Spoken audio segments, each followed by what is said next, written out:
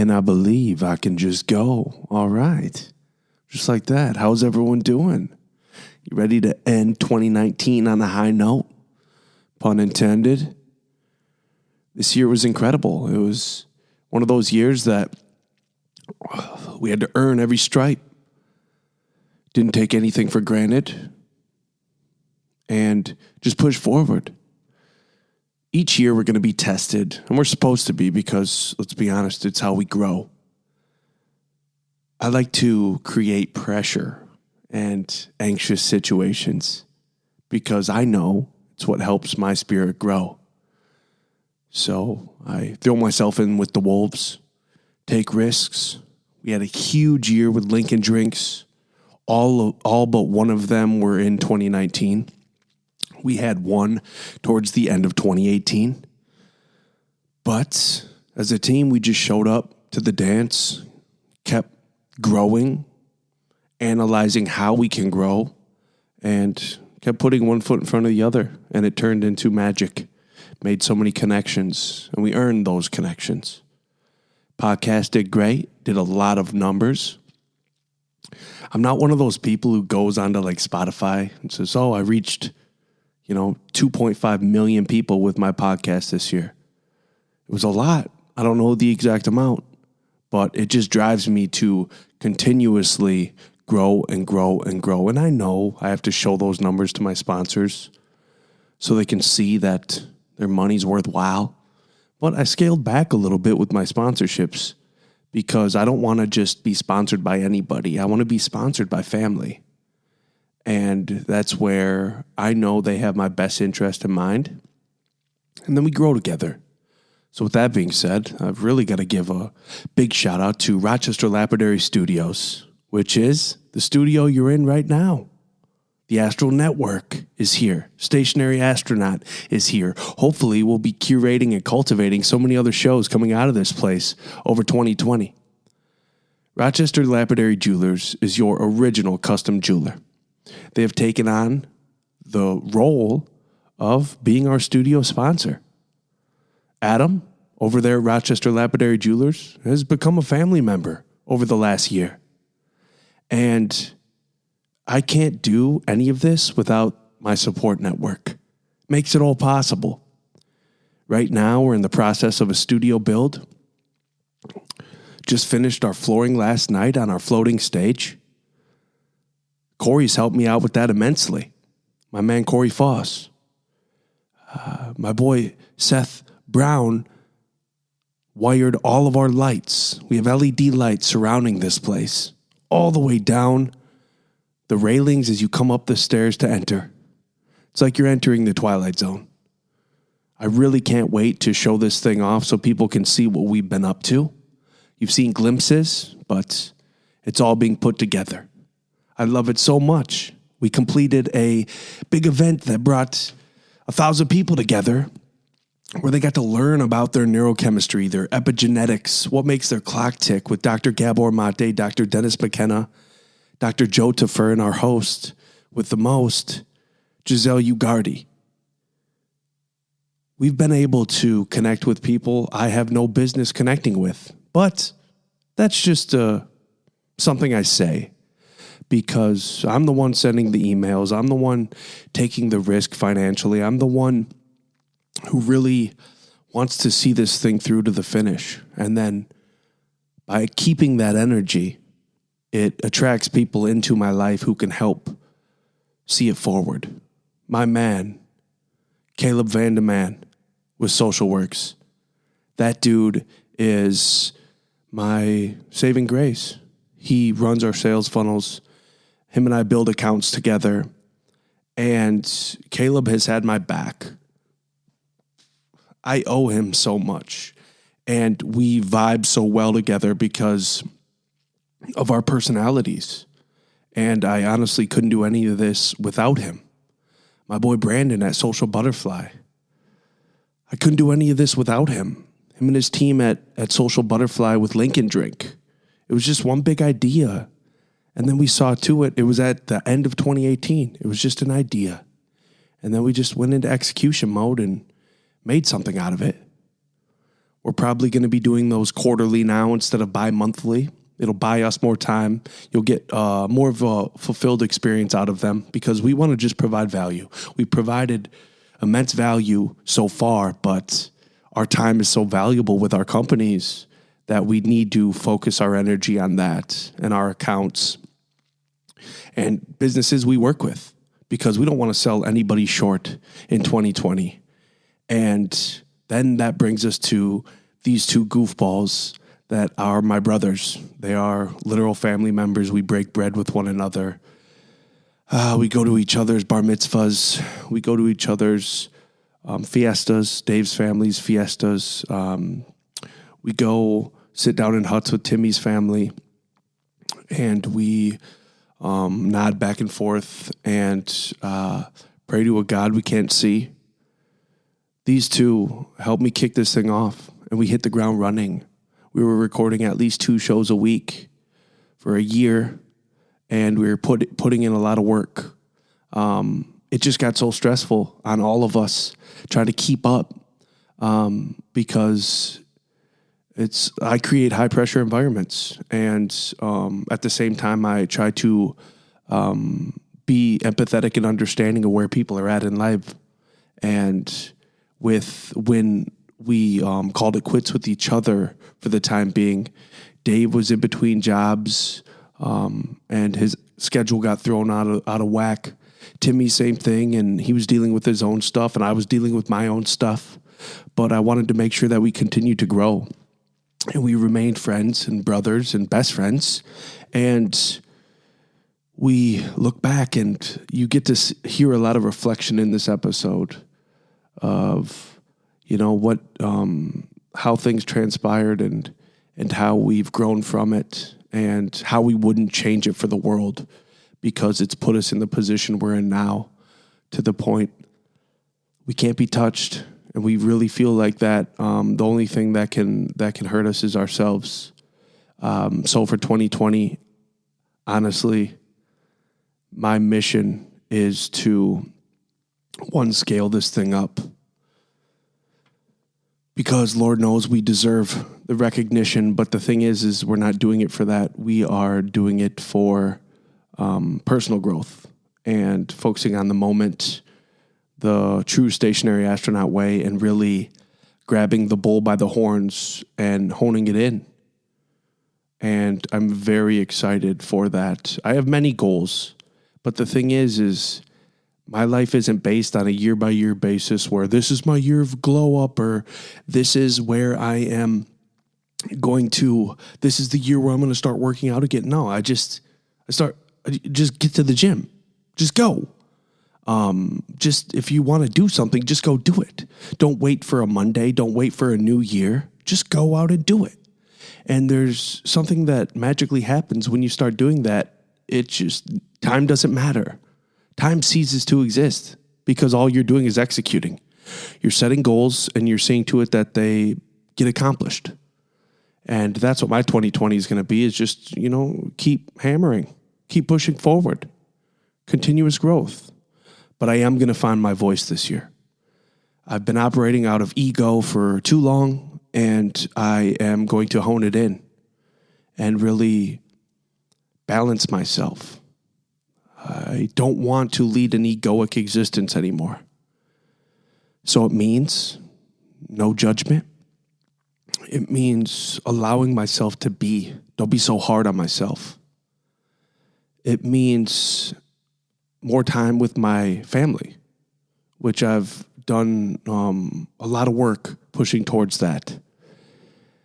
Not making having these anxious excuses where no, I got to get to the studio and do more work. Or I'm not going to coach youth sports anymore because it takes away from my family, and that's been my give back for quite a few years now.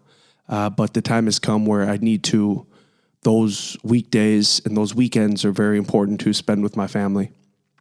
My daughter's about to be 2 years old, and she really deserves to have me around all the time. And don't get me wrong, I wake her up in the morning, get her ready, bring her to daycare.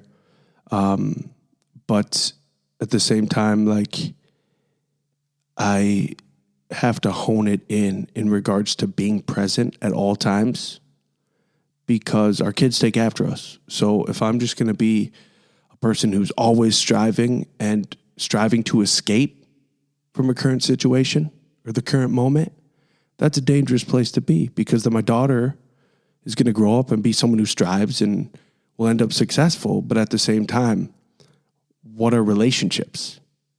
And I'm a person who worships his relationships. But I also need to worship my family and understand that they are ground zero. They are what keeps my spirit full. And it's just me being self-aware about that. So I'm ranting now, but this is something that I'm going to find my voice in 2020, and you're all going to see it. You know, I host events and I run panels and I do all this stuff, but is it soulful? And that's what I've really been reflecting on. Is it soulful? Or am I just making noises with my mouth? Really, I want to be a soulful presence in 2020 where people can tap into it and understand that it's coming from a place greater than myself, where they can get more out of it. So with that being said, happy 2020. Let's make this decade the best one yet. Let's clean our planet. Let's put powers that be in control, that deserve it, that are going to have mankind's best interest in mind. Let's really take advantage of the moment and the situation. Technology has advanced us as a species so far to the point it's kind of been traumatic, where we haven't been able to grasp and understand the power of technology to the point on a later date you start finding out about facial recognition, 5G, these things that you want to white picket now, but they've been advancing so quick.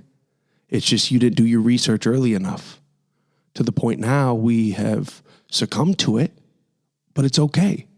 We are more connected than ever.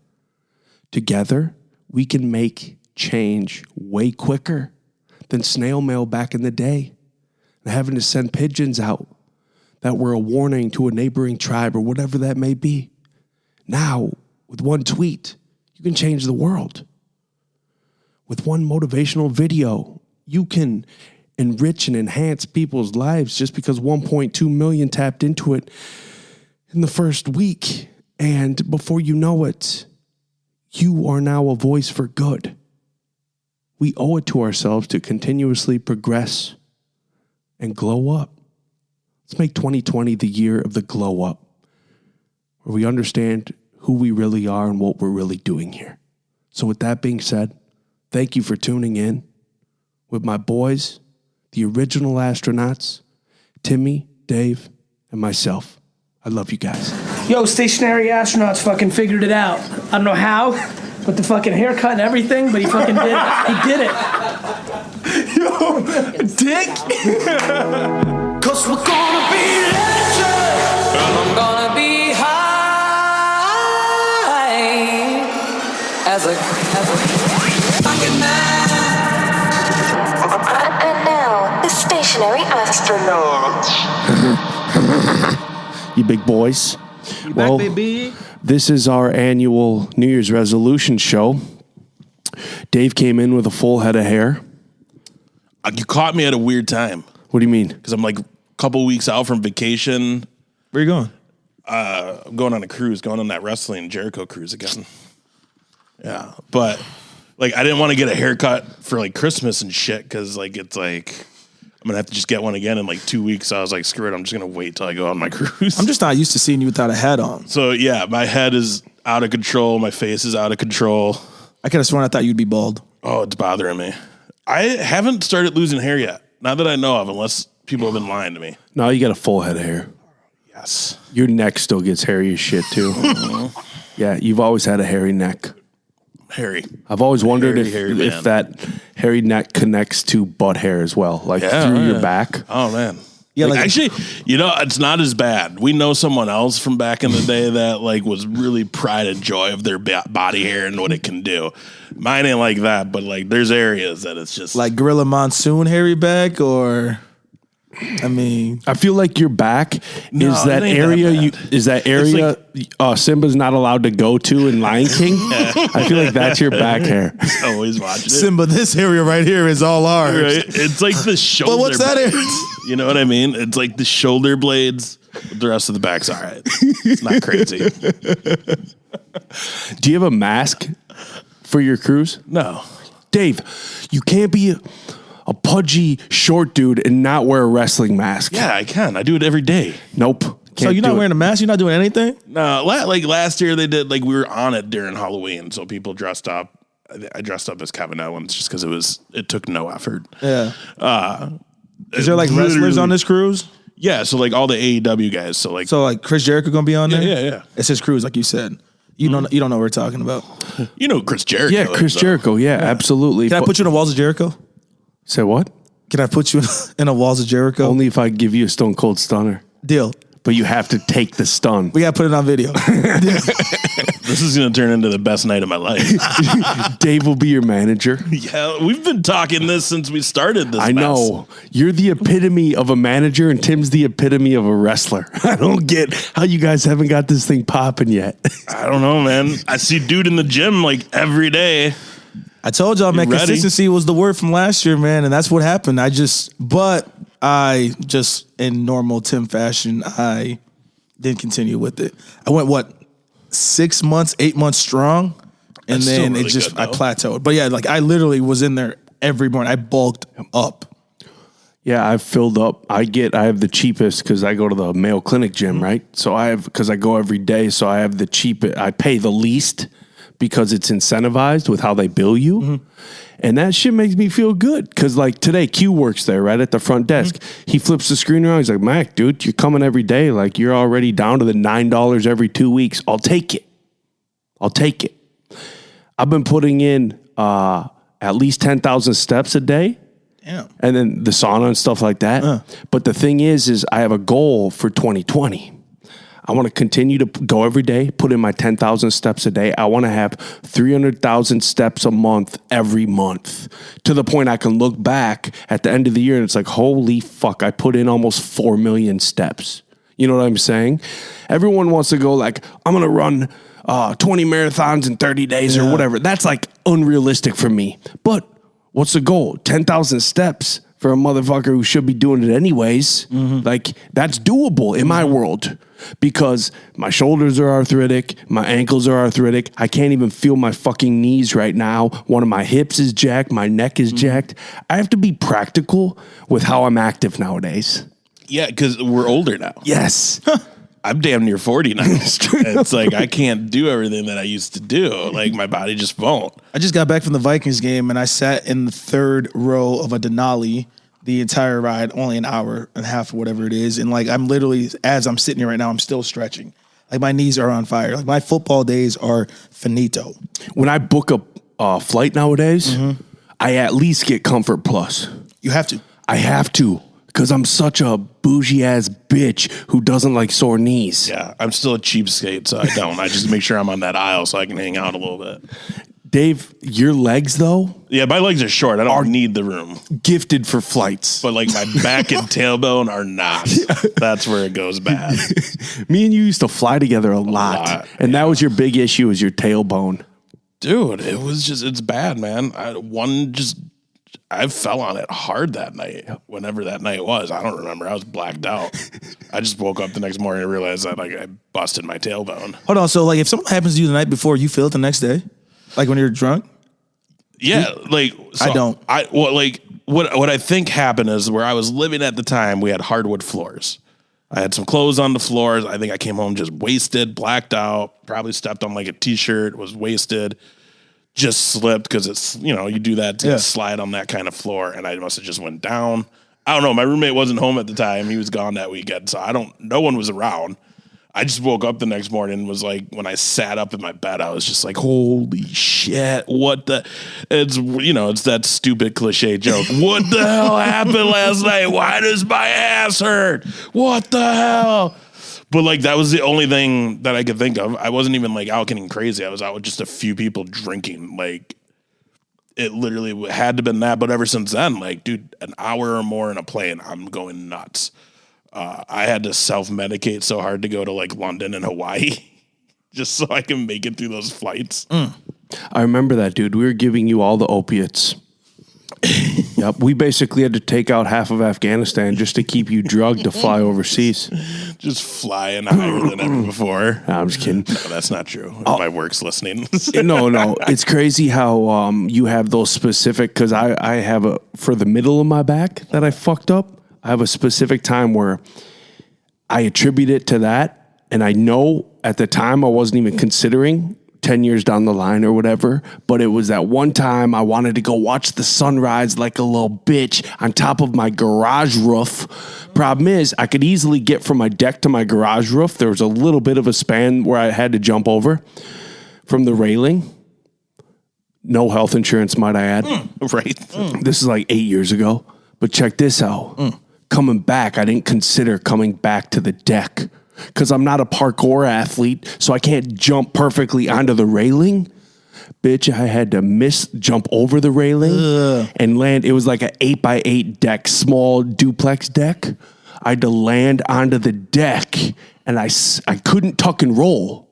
You had to land. Yeah. And when I did it, sticky. Bro, I fucked up the middle of my back. I crunched something. And I attribute my little bitch ass tweaks to that time where I wanted to watch the sunrise like a little girl. And it wasn't worth it. I just chalk it up to being white. That's what I chalk it up to. It was. It was, because you're not going to do that. Heck no. That's You're not not going happening. to do that. I wonder sometimes how, okay, so you know how there's a moat around old castles, right? Yeah. And there's a drawbridge, right? So the jester is probably always just in the courtyard juggling and shit like that. How did the brothers get across the moat? We had help, assistance. I mean, Trojan horse. Was it the Trojan horse? it would be anything outside of what you did to get across. Because you weren't swimming across. That's not an option. I'm not going to swim across. I'll tell you that much. Yeah. It had to been the Trojan horse. That's what I would have did. Yeah. Because when it comes down to it, that's probably the safest bet to get over. The Magnum Trojan horse. It's got to be a Magnum. It's just one day they're just sitting there. Hey, this horse is way bigger than the other horses. Sun's fishy, guys. It had to have been the Magnum, dude. Why is it dressed in gold? We normally paint it red. What the hell? Timmy, by the way, you got a girlfriend this year. I do, man. It's a lot has happened, man. I got myself a lady, and I can honestly say, like, I'm extremely happy at the fact that I can tell people I got a lady. It's not one of those things where, like, I shy away from it. You've met her, DC. You haven't met her yet, and My daughter was wearing the head piece. Those are She dope, made aren't they? Dude, she's phenomenal. she makes these headbands, and so she has it on Instagram. So she designs these headbands for babies, and so his daughter has one, or kids in general, and she's got one for like all of my sisters. And I mean, like, I never would have thought that we'd be sitting here and I'd be talking about the fact that I'm happy. I'm in a happy relationship. Well, You know what you're I mean? willing to be public about it. Oh, without a doubt. You know what I mean? Like, I bring her out places, we go places together, and it's one of those things where it's just, I don't shy away from it. Like, I will grab her and, hey, this is DC right here. This is my lady right here. You know, and it's one of those things where, I mean, like, once I leave here, we're spending time together. You know, it's just, we're meal prepping together. We're doing all these things that I've always talked about that I wanted to do, and now I'm doing it with somebody, and it's just, I mean, it's remarkable. What I said in the group chat about Christmas, I was like, this is how relationship life is. I mean, she got me tickets to the LeBron T-Wolves game in March, an Aaron Donald jersey. You know what I mean? And there's a couple other things I got as well too. And I'm going, so this is how it is. Last Christmas, I spent Christmas alone. I was minding my business. And this year it's just been, we put a tree up. I got a tree in my house right now. Exactly. Damn. Yeah, man. I'm glowing, man.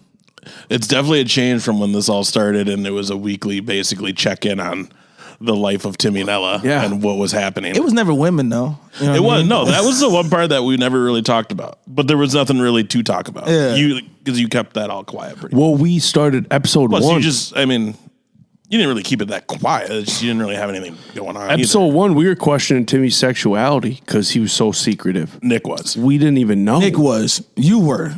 Nobody, because, well, the thing is, I mean, like, and it's valid, though, because, I mean, like, I go to the barbershop at times, because I'm not one of those people where I don't share stories. I've never understood that. Like, I'll be in a barbershop and people are talking about what they did the night before. I'll be honest with you, I think that's the tackiest thing. Just because I don't have the best imagination, I can't really sit there and visualize what you did to somebody. Don't talk to me about thrusting somebody. That doesn't really intrigue me at all. And so then I keep hush about that stuff. You know, and like every time we talked about things, I would just ignore the fact about relationships. I mean, I dated one person previously before, but that was before we started the whole thing. And that was just one of those whatever. But no. Are you definitely a kiss, don't tell guy and a guy, aren't you? Oh, without a doubt. Yeah, I mean. I respect it. I think that's the future of how we approach our relationships. I've never been that type either. And it's something where when you are hearing it, say in the barbershop or whatever, it's just kind of cornbally. It's like, gosh. bro, like, first off, you're a heterosexual male. I expect you to be out there. And if you're single, to be promiscuous. It's just going to happen as a young male. But at the same time, like, I honestly, genuinely don't get anything out of you telling me anything about your sexual relations. Nope. I get nothing out of it. And to be honest, like, it's beyond you, like, not respecting a woman, whatever. It's not self-respect on yourself. Because, one, you're not even showing self-awareness that, like, don't you see me trailing off trying to change the topic? Don't you see me like, dude, I don't care. Yeah. I genuinely don't care, because guess what? There are males out there who lost their significant other, vice versa. There are females out there who lost her husband in war. Dude, you catch a dude who lost his wife or some shit, right? And you want to start kissing and telling to some dude that you don't know in a barbershop. What if that fucking pulls his heartstrings in a different way and he has no way to bounce out of that? That fucks him up. And that's obviously an extreme version. Correct. But it's, I have a daughter. So, like, you best believe, like, kissing and telling is not in my rapport. And I've never been like that, but now that I have a daughter, you just totally perceive respect towards females on a whole different level. Well, it's a growth level, too. Yeah. Like, that's a high school thing where you're like, hey, you finally let me do it. Yeah. You know, like, whatever. But when you're in your, you know, I'd even kind of want to say late 20s, like 20s, you're still going to be kind of into that because you're just out partying. But, like, in your 30s, as a grown adult man, it's like, if you have respect for yourself and whatever you really are doing, you're not going to care. And if you're talking like that to your boys, you're not invested in it. Well, like Mac just said, said the fact that he has a daughter. I mean, I always tell people I credit to the fact that I have 4 sisters. You know, so simple fact of just having 4 sisters is one of those things where when people conversate like that, all I think about is they could be talking about one of my 4 sisters. You know, so then in all honesty, for me, it's beyond disrespectful. And a lot of times, my response, especially at the barbershop, when people bring that to my attention, they go, I never heard about you mess around with anybody. My response is, good. That's exactly how I want it to be. You know what I mean? I don't believe in the body count and all that stuff. Tried, for old time's sakes. Tried to give Timmy the vape pen. He wouldn't take it. Tried to dose him. Apparently, we can only hit him with those incognito gummy bears. Tell you what, true fans love the dosing episodes. Oh, man. The dosing episodes of Timmy are the best. Because a half an hour later, he just starts trailing off and he's non-existent. Fam, the gummy bears one or worms, whatever it was, I had no idea. Yep. And the fact with that one, we ended up going to go see Fernando later on that night, and we was walking in, and I'm still feeling it from like my toes tingling all the way up, and I'm going, how is this still happening right now? But now, my dosing days are over. There's no more I'm not getting dosed anymore. It's too much. I just got gifted. Some heavy duty gummies. And we're talking, you know, Colorado, it's all 10 milligram. Yeah. This is that California special. This is that no holds barred, no speed limit type shit. 50 milligram gummies. The ones where it's like, yeah, they're tasty, but I can only take a little nibble. Mm-hmm. And it's not even worth it, dude. I had my mom tell me a story. She hit me up like sometime last year. Hey, so your Aunt Joss has really been talking me into like the CBD life and maybe trying out some gummies because I cough too much when I smoke. So do you think you could bring me an edible? I said, say no more, Madre. Say no more. Mom. Got you. A willing victim? Let's go. So I show up to her house, right? I brought her a star. And these are homemade stars. So you're rolling the dice. Yeah, could be this, could be that. Talk about your mom's, man. Could be a little, could be clear schedule for the week. Who knows? Yeah, no consistency at all. So I bit off 2 corners of the star. What does that leave for my 3? So she took them, and this is at like 9:30 at night. Actually, I was on my way to the gym. I was dropping it off before I went to the gym. And sure enough, she ate it. She hits me up 2 days later. Nice. Not the following day, 2 days later. Oh, what was in that thing? I felt like I was hungover. I almost slept in. Mind you, she owns a business, has to go open that bitch up. I almost slept in. And,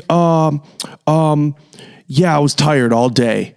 And it was like, well, Mom, you got to tread lightly, lady. You know, you don't try.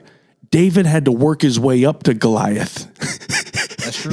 Yeah. You know what I'm saying? Like, you don't just go to the boneyard and expect hyenas not to show up, lady. Right. You know? King? Oh, that's great. So that was me. Like a Lion King. Well, but check this out, though. It's all about full circle. That's our favorite Disney movie, Lion Hands King. down. And Yeah, Dave hates Lion. No, I like Lion King. What? I hate Beyonce. You hate Beyonce. That was, whatever. Okay, so anyways, Mom will never touch another edible ever again.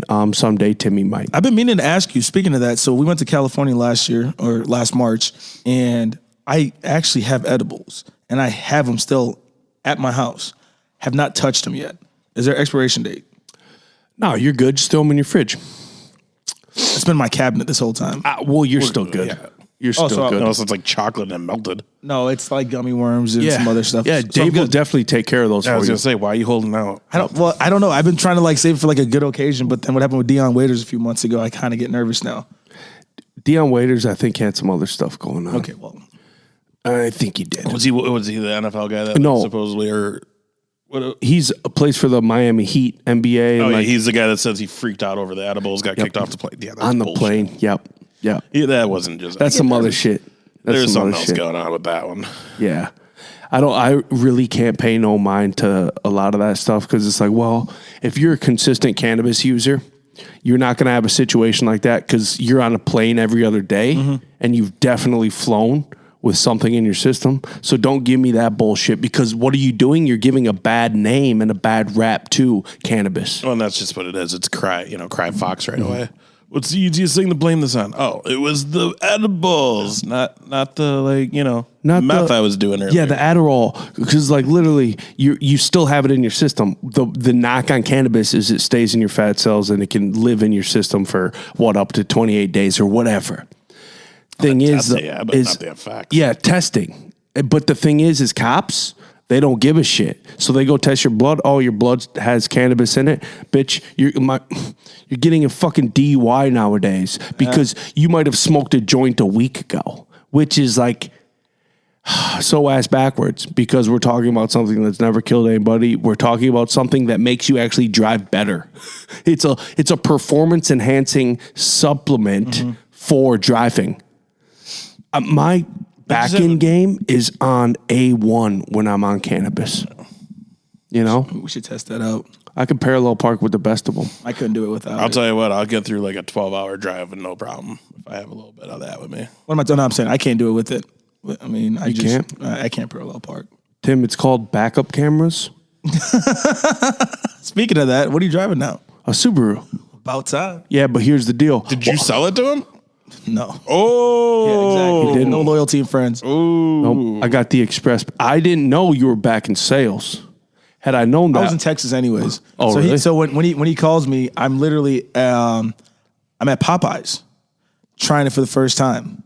The crispy chicken sandwich, whatever it was, the spicy chicken sandwich. So he calls me I'm really open. I'm about ready to open this chicken sandwich that I've been fiending for the past few months. And then he's like, "Oh, can you give me another key for my Subaru?" I'm like, "When'd you get a Subaru?" "I just got one today." I'm like, interesting. But the fact that I was out of the state and I wanted the spicy chicken sandwich, I didn't get upset. Most people would have been upset, but I let it go. How committed do you have to be as a black male to go to a different state just because the lines are so long in Minnesota to get a chicken sandwich? You have to be 110% committed. I mean, like, it's all for the culture. I talk about it all the time. I had to do it. That's what I love about you. But I thought it was overrated. All in. I thought it was overrated. I really thought it was. I did not think. Did you try it? I don't think it was, because like that was the big craze in 2019. The Popeye's chicken sandwich. Did you try it? It looks just like a Chick-fil-A sandwich. No, because guess what? I've had a chicken sandwich before. Yeah. And I'll make a bomb-ass chicken sandwich at my house. Right. That looks the same. Use my own sauces like a boss that I brought with to Canadian Honker last week. Remember that? Yeah. Did the same thing to Froze last night. Forgot the bottle in his fridge. You'll never see it again. He's lucky I ordered 3 bottles. It's called Pepper Plant. It's from California. My wife and I discovered it when we were at our friend's house a few years ago. Didn't order any then. Then we went back the following year. You can bet I left with a case. Do you do that though? Because like he's the kind of person that brings something to a restaurant. I find it disrespectful. I used to do radio with some guys back in the day that they would bring their own hot sauce. I find it disrespectful. Just because you can't guarantee. Well, some people like a certain, like look at sriracha freaks. People who are like a sriracha on life. Okay, they're bringing it with them when they go places because not every restaurant in the world has sriracha there. Tim, you're mugging right now, dude. Nah, man, I get it because I would never do it, and it's like that's weird. It's like bringing your own food in. It's okay to have one meal without your specific sauce. What if I brought in a bottle of Fiji because I don't want tap water? Once again, I find it disrespectful. Just drink the tap water. It's okay. You're gonna survive. It's fine. Oh, bro, if that was the case, I would bring something to every place I go. But then also you got to look at it like, what if you're going someplace paying like $80 for your meal, and you don't have my hot sauce? Well, then I'm bringing it because I just paid $80 for this plate of food. I almost think of that situation as the opposite. Like Chino Latinos, right? $100 a plate up in Minneapolis. I roll in there. I know I'm going to have some options. So I'll lay off bringing anything because I personally think it's a cornball move too. But at the same time, there's life before Pepper Plant and there's life after. See, y'all sound like the type that modify your meals and stuff like that when y'all go places. Me, I order something, I take it, I eat it, I keep it moving. I don't ask for no jalapenos, none of this, none of that. I just take what is on the menu and I roll. Timmy, that's how I operate. Surprisingly, I'm the same way. How do you order your Chipotle burrito then? Bro, I got it saved.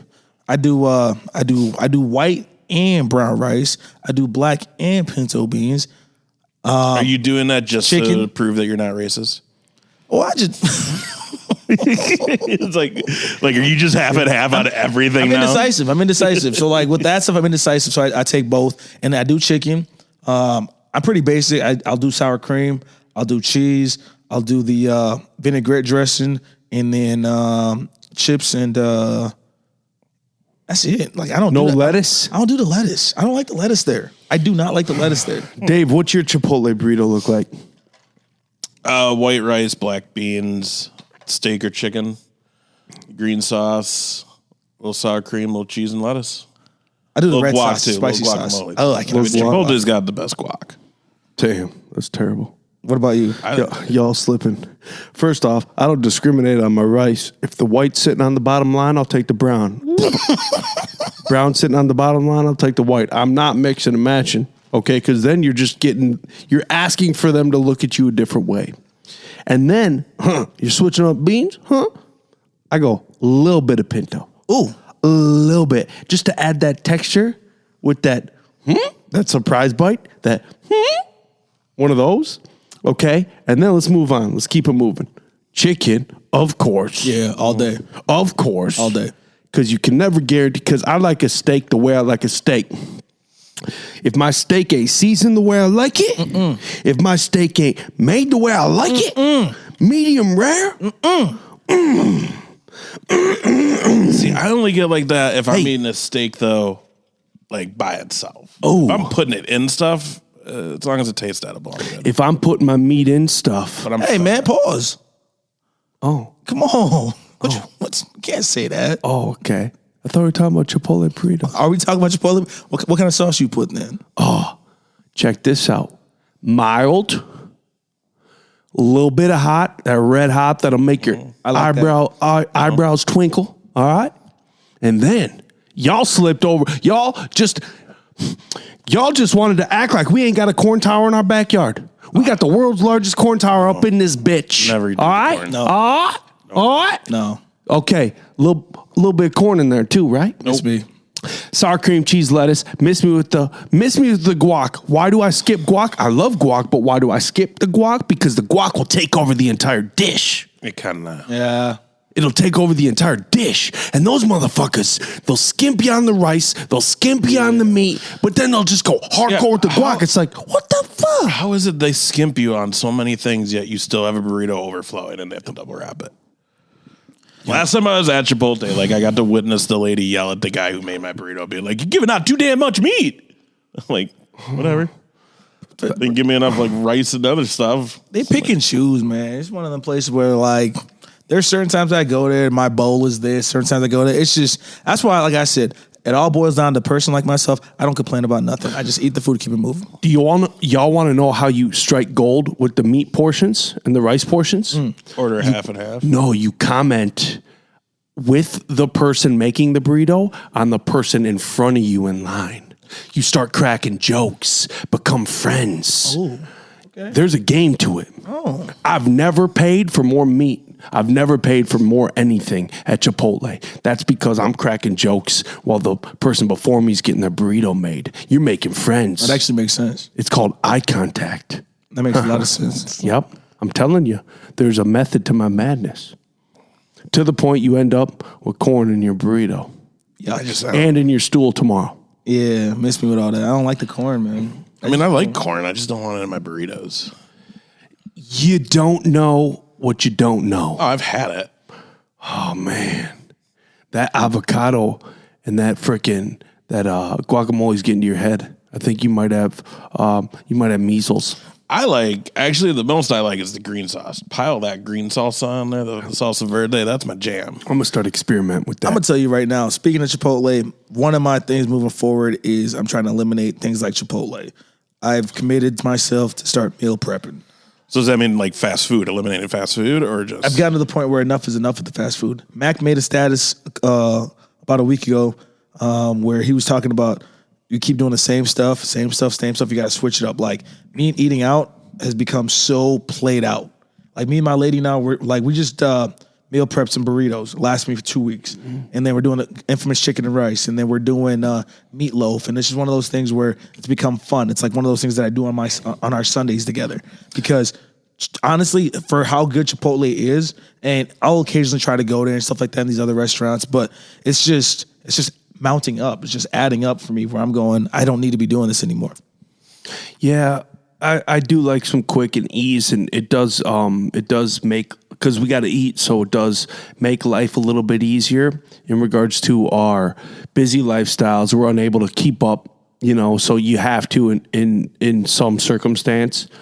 But I tell you what, I believe in neuroplasticity. Mm-hmm. So if we say we dedicate like just a week, maybe just 4 days out of a week to meal prep or to cook, what that does is it helps our brain blossom a little bit more and a little bit more and a little bit more. The problem is when we go into these new years, we think, I'm going to not do this for an entire year or whatever. All year, I'm going to glow up. All year, I'm doing this or that. Focus on today. You're right. And that is where we get caught slipping and we set ourselves up for failure. But here's the difference with this, though. This is not just a new year. This is a new decade. And the aspect of a new decade is the reason why, I'm so stuck right now, DC, on the fact of reinventing myself. And that's where what happened towards 2019 with the relationship, that's something that people aren't accustomed to. I'm not accustomed to myself. So I'm literally telling myself, my whole plan for this new decade, and I have to start off with a bang, I need to reinvent myself. I already know what I can get at Chipotle. Like I have my Chipotle order saved on my iPhone, but I'm telling myself right now, it's not about that anymore. Like now, the fact on a Sunday meal prepping and prepping meals and just, I want to be the person that you know and love, but I want to be somebody completely different at the same time in a healthy way. Mm-hmm. That's what it's about. Shoot, I might have to actually just meal prep with you. You might have to. Well, because like I think about it now, just like when we sit down here like this, everything comes back full circle where you just go, I mean, we're on opportunity road right now. You know what I mean? Like everything that we're... How crazy is that your new studio for the thing that we all kind of just started, came in on together is located on Opportunity Road. Isn't that crazy? In your backyard, basically. Yeah, in my backyard. Yeah, like I'm like 4 minutes away. But like that's just like when you first sent me the address of this place, and it's like, oh, it's located on Opportunity Road. Weird. Well, and look at what we're putting into it. So like I've spent hours here. I come in here, I'll turn on the blue lights and everything, and I'll just be getting done with one thing, and then I'll just sit back right here where you guys are sitting. I'll sit back and just like think and think and think. Because I knew I wanted to come into this putting in the energy that I was going to try to take out of it. And I do it for everyone. I do it for everyone I'm surrounded with. That's the dopest thing about you too. You always say we. Like still to this day, the fact that this is our second episode since last year this time. And we used to do 2 episodes a week. We hit over 100 episodes in about a little over a year. And then now this is our second episode in a full year.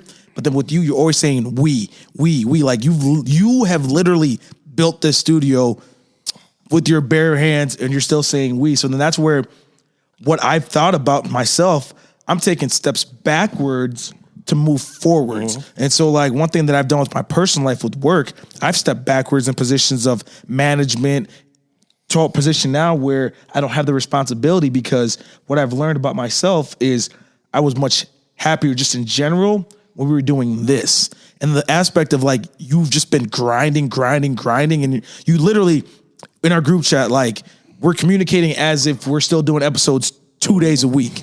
And the fact that like, just this whole new decade aspect of it, and just like seeing DC right now for the first time in a while, just knowing your energy and just being we have a green screen. The first time we recorded a podcast, we did it in a closet at a shoe store. Yeah. 3 years ago. Yeah. That's how I look at it. Why I'm always being plural about it. Notice how our stationary astronauts page is plural still to this day, because it's a collective push. So we scale back in regards to how many episodes we were doing, the 3 amigos doing them, so we can move forward. So what you're talking about, taking 2 steps back so we can take 3 steps forward without self-sabotage, that way we can get the Gary V's, we can get the Gabor Mates, we can get these hitters, but we still come back to square one. Mm-hmm. And that's people like they question like, dude, you threw this person on the podcast when you've had this, and this person. Do you not get it? It's like what you can grab from a homeless person on the mm-hmm. corner in terms of knowledge. Compare that to a guest who might not have a name on the internet. Mm-hmm. You can grab, like tonight, bro, this is such a productive show already just because of a Trojan joke. You know what I'm saying? Or just because Timmy gets to open up and be public about a girlfriend, or just because we get to crack jokes about hyenas running all over Dave's hairy back. You know what I'm saying? Not too hairy back. Just ladies. I honestly don't believe you. So after I give Timmy the Stone Cold Stunner, we got to see that thing. I'm trying to see it too. I really am trying to see it. I don't care. We're going to put you in front of the green screen. But what Mac was saying though too, because like the fact of how this whole thing started, and the fact this studio right now, y'all can't see it. We'll give you guys a tour here one of these days. But he has a stage, and with this stage, since what we've started has allowed me to get uncomfortable by getting on stage and doing stand-up comedy. I've done it 3 times, which now I'm at the point where I'm starting to understand and realize that actually makes me truly happy, and I actually truly enjoy doing that. In our group chat, all we do is laugh in the group chat. With him having a studio now, with an opportunity of having a stage where I could actually get on this stage in front of the homies or a group of our people, we can sit here and lounge, get some laughs. If it ain't funny, y'all gonna be straight with me, right? And that's where I'm going like, we're back to opportunity road. Like opportunity starts right here in the studio. Yeah, it is pretty interesting. Like we went from doing this in your mom's store, recording them, post editing, getting it online and all that to where in a very short time, you'll be able to just broadcast live straight from this room to the world. It's pretty mind blowing. And then like Timmy said too, you and I obviously aren't as involved as we used to be, obviously. And this is your baby when we come right down to brass tacks, Nick. This has been your baby. You approached us with this idea. And it has been wild to see what has happened. 2 meetings of the minds, this amazing studio, so many people knowing who you are, what this is all about. It's awesome. And like you said, now it's come, how many years has this been a thing? It all started from 2015 when I was in the jungle and I had this idea. But like our first episode. 2017? My birthday of 2017. So here you go. We're about what, two to almost 3 years.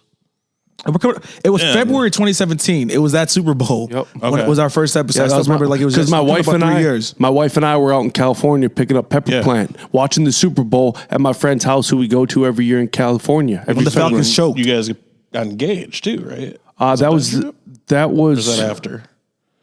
I feel like that was right at the beginning of all this too. Yeah, because I did have a lot of stress. So I definitely got engaged the same day we launched our first ever podcast. We were running around downtown trying to find my birthday, trying to find a back wall to take photos. We went to that random brick wall in the parking lot just to take photos of the three. The night before I flew out. Yeah. Yep. But what's crazy is we've gone to where you and I have kind of stepped away, done our own thing, which has never broken the bond or anything. But like we were all very honest with each other, especially with you being like, hey, you got a lot going on this right now. Obviously, him and I have other things going on in our lives. We need to take that step back. But again, almost 3 years later, and here we are to where it feels like you and I could now, you're setting up a platform. We're getting to a point in our lives where we can step back in and become more of something with what you've built. Really, you've built. So that is like, I truly believe in home base. Home base it keeps us humble. It keeps us on point. It keeps us calibrated. And when I think of Stationary Astronaut, you two are my home base.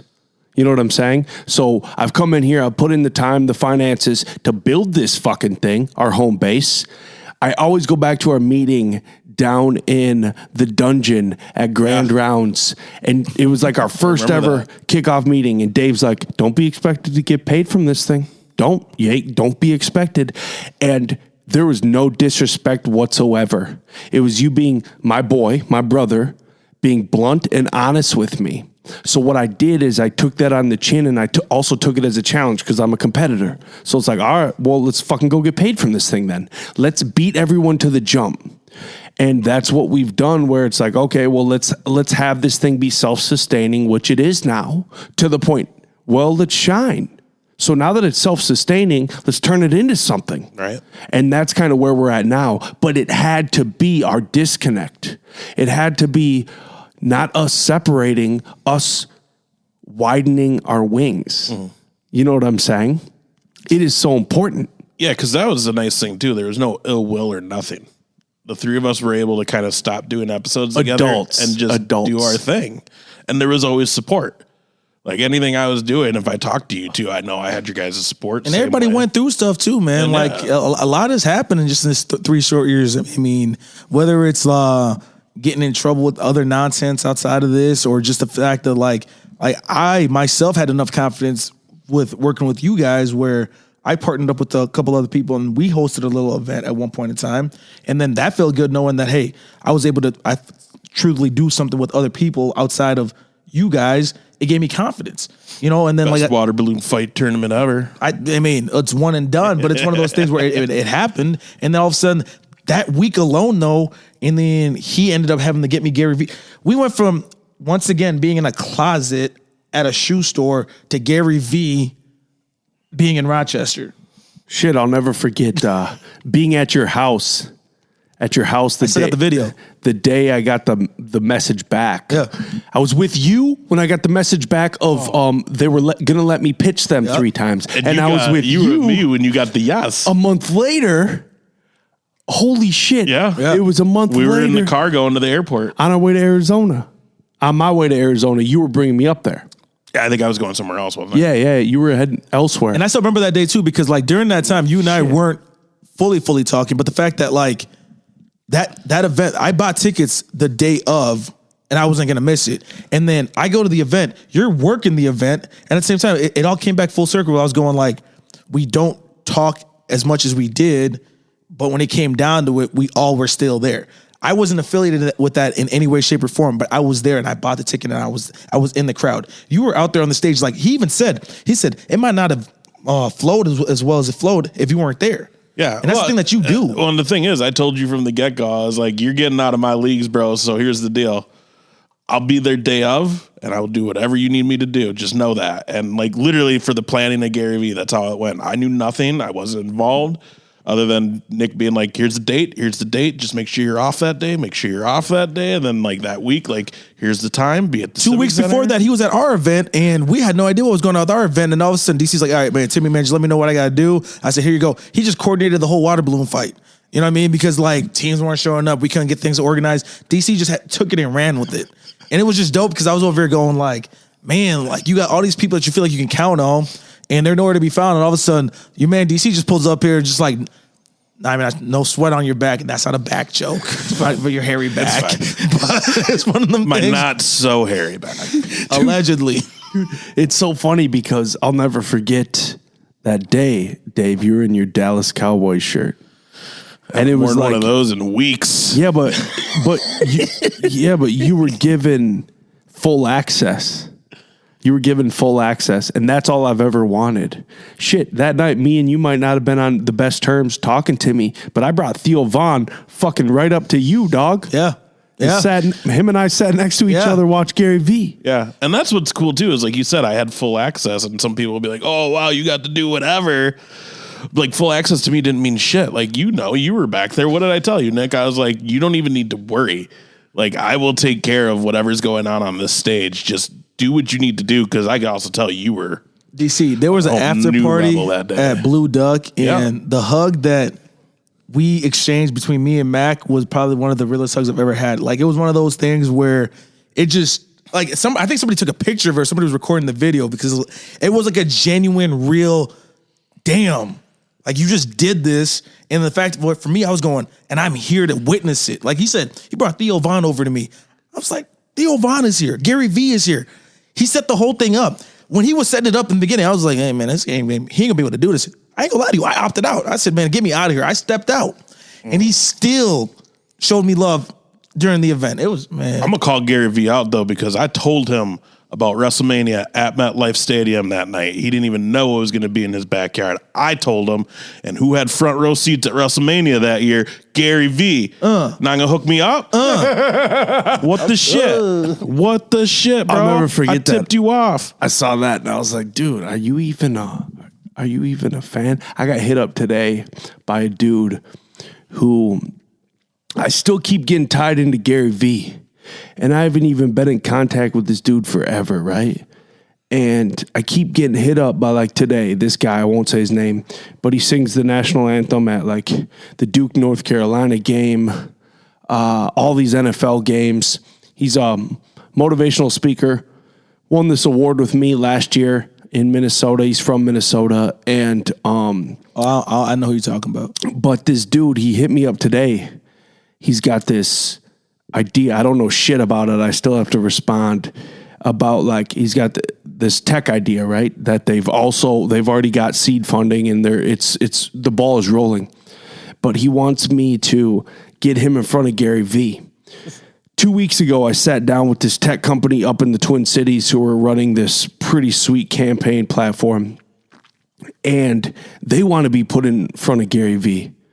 And it's like all these, I could make the call, I could do the big ask, but it's like, wait a minute, why don't I build the network and then we have our own big ask? But you know, it's funny that you say that because if you look at Gary Vee, what he preaches all the time is if you want something, you have a goal, you work your ass off and get to it. Yep. Which is exactly what you did to bring him here on your own. So it's like when these people are like, "Could you get me in front of him?" Be like, But no, man, I got me in front of him. You get you in front of him. But he'll never say that, though. He'll never say it was on his own. He never will say that. But like, we can say that. But like, he'll never say that, though. Well, you know what's crazy to see, like, the little things as you and I were talking not too long ago when I was in here with Ben looking at the studio for the first time. And then someone else, in the last week, I had the same conversation with, and that was how, like, we kind of blew up the Chamber of Congress in this town. Yep. Like, we were the first ones to be legitimate, like, we were taken as journalists on that conversation. Our podcast of us just talking about how unfair it was of what was going on in the Chamber of Commerce became, like, actual journalist news and led to this whole ordeal that eventually we saw our Chamber of Commerce president run away to Arizona. Yeah, we ran him out. I said 10 days. It was like 4. And that was cool. That was cool. But the thing is like, this is where our city still has it twisted. They still think they have whatever they want to call commerce. Whatever they want to call commerce, they think they have it by the balls, but really they don't even know. Like our media companies here, they don't have a clue what they're even up to. So these meetings I'm having, one with that campaign company a couple weeks ago, like we're setting ourselves up to be untouchable. And these KALs, KIMTs, KTTCs, Town Square Medias, whatever, they don't have a clue yet. They haven't even tapped the corner of an ice cube of what the fuck we're capable of. And I love that because you bring Gary Vee to town, you are no longer riding a wave. You are now the gravity to a wave. So what does that say for pressure? Puts it all on your shoulders. So you better show up to the dance. And with me, I use my daughter as motivation. I use this space as motivation. I use my high bills as motivation. Chat. Yeah. Sprinkle that on top, and you can crack another tonic too. Okay, cool. So I put pressure on my shoulders. That's what I do. I know. A $250,000 event. I just put that pressure on my shoulders because you guys, by the 4 of you backing out on that event, you guys actually saved yourself so much headache in regards to you all would have been equally in $20,000 a piece in debt. You know what I'm saying? Yeah. So you saved yourself. And it's okay because why not just put the pressure on one man who's capable of taking it? I can take it. I can. And I can honestly say that. It's okay. I bet you can take it. I can take it. Hey, yo. Just wrap it first, dude. My bad. It's my bad. Yo, pause. But I love that shit. Not everybody is meant for the pressure, but it doesn't mean you aren't a key cog in a wheel. True. You get my drift? Like, Timmy, you had said, Mac, like, dude, like, you're right, man. I'm not the best at, like, coming up with these creative ideas and shit like that. Like, you come up with the idea and I'll just help you execute. That is a anti-ego move, which means you will propel forward. And that is something I have to come to terms with on a daily basis. I don't have all the fucking answers. So I have to go up to the Twin Cities, find some of them, make some key partnerships, and come back down here. And I am a sacrificial lamb for my city, and I will do that so we can succeed. Get my drift? And that is something where so many so-called business leaders or entrepreneurs, they are unwilling to accept that fact. And unfortunately, it bites them in the ass before it's all said and done because their ego gets driven in the dirt before they're even willing to accept the fact. So what are you seeing from a lot of these people now? Because now with Link and Drink that you got going on, which I think is dope, and I still need to make it out to one. And I'm going to. No more might 2020. If I say might, it's not happening, so I can't say might. But no, so I'll be there in the spring. I'm not saying might. I don't travel on this crap. I'm gonna go. I'm not saying might. I'm gonna go. So the next one, I'm gonna go. It's not no might. It's on the microphone, so it's gonna happen. But no, what I'm getting at though is now you've gotten to the point where you have the platform where people are listening to you. People, like you said, the moment you brought Gary Vee to town, you could say anything to anybody now, they're gonna listen to you, right? So like when I watch these Link and Drink videos and I see you out there, you're meeting all these entrepreneurs, models, all these people, and everybody has their ambition. Everybody's talking of this big talk of the stuff that they want to do. But for a guy like you now, when you're having these conversations with people, like, are you taking it seriously, or are you just kind of like looking? You have to be honest with me right now because I'm your dog. So it's one of those things, because I know everybody wants to talk about what they can do, but when it comes time to actually do it. Well, that, and we live in a world where and you've already kind of explained it, where there's just so many people that will see the success you have had and will do anything. Do you see everybody's an entrepreneur now on Instagram? Oh yeah. The majority are frauds. It's And that's Influencer, yeah. Any of these events, anything, the majority are frauds. And it is up to you to be self-aware enough to the point you're just living in this moment. I have no need to even expect anything out of anybody because I've thrown all my expectations out the window. I now know what it takes. So I just go, keep to myself, go. Notice how I'm not all active on social media nowadays? I'm too busy getting it. I'm too busy grinding. So let me ask you this. Is that kind of a blessing in disguise for you, being out of the three of us? If anybody had a little bit of issue of online social media stuff, it was usually you. You and I were never really under fire for anything. No. You got yourself in a hot seat death threats last times. year. Yeah, so actually that brings us into our New Year's resolutions, because mine is to find my voice. Really? Timmy, that voice you guys threw on the back of my Freeze jersey, that was all ego. That's all it was, causing controversy.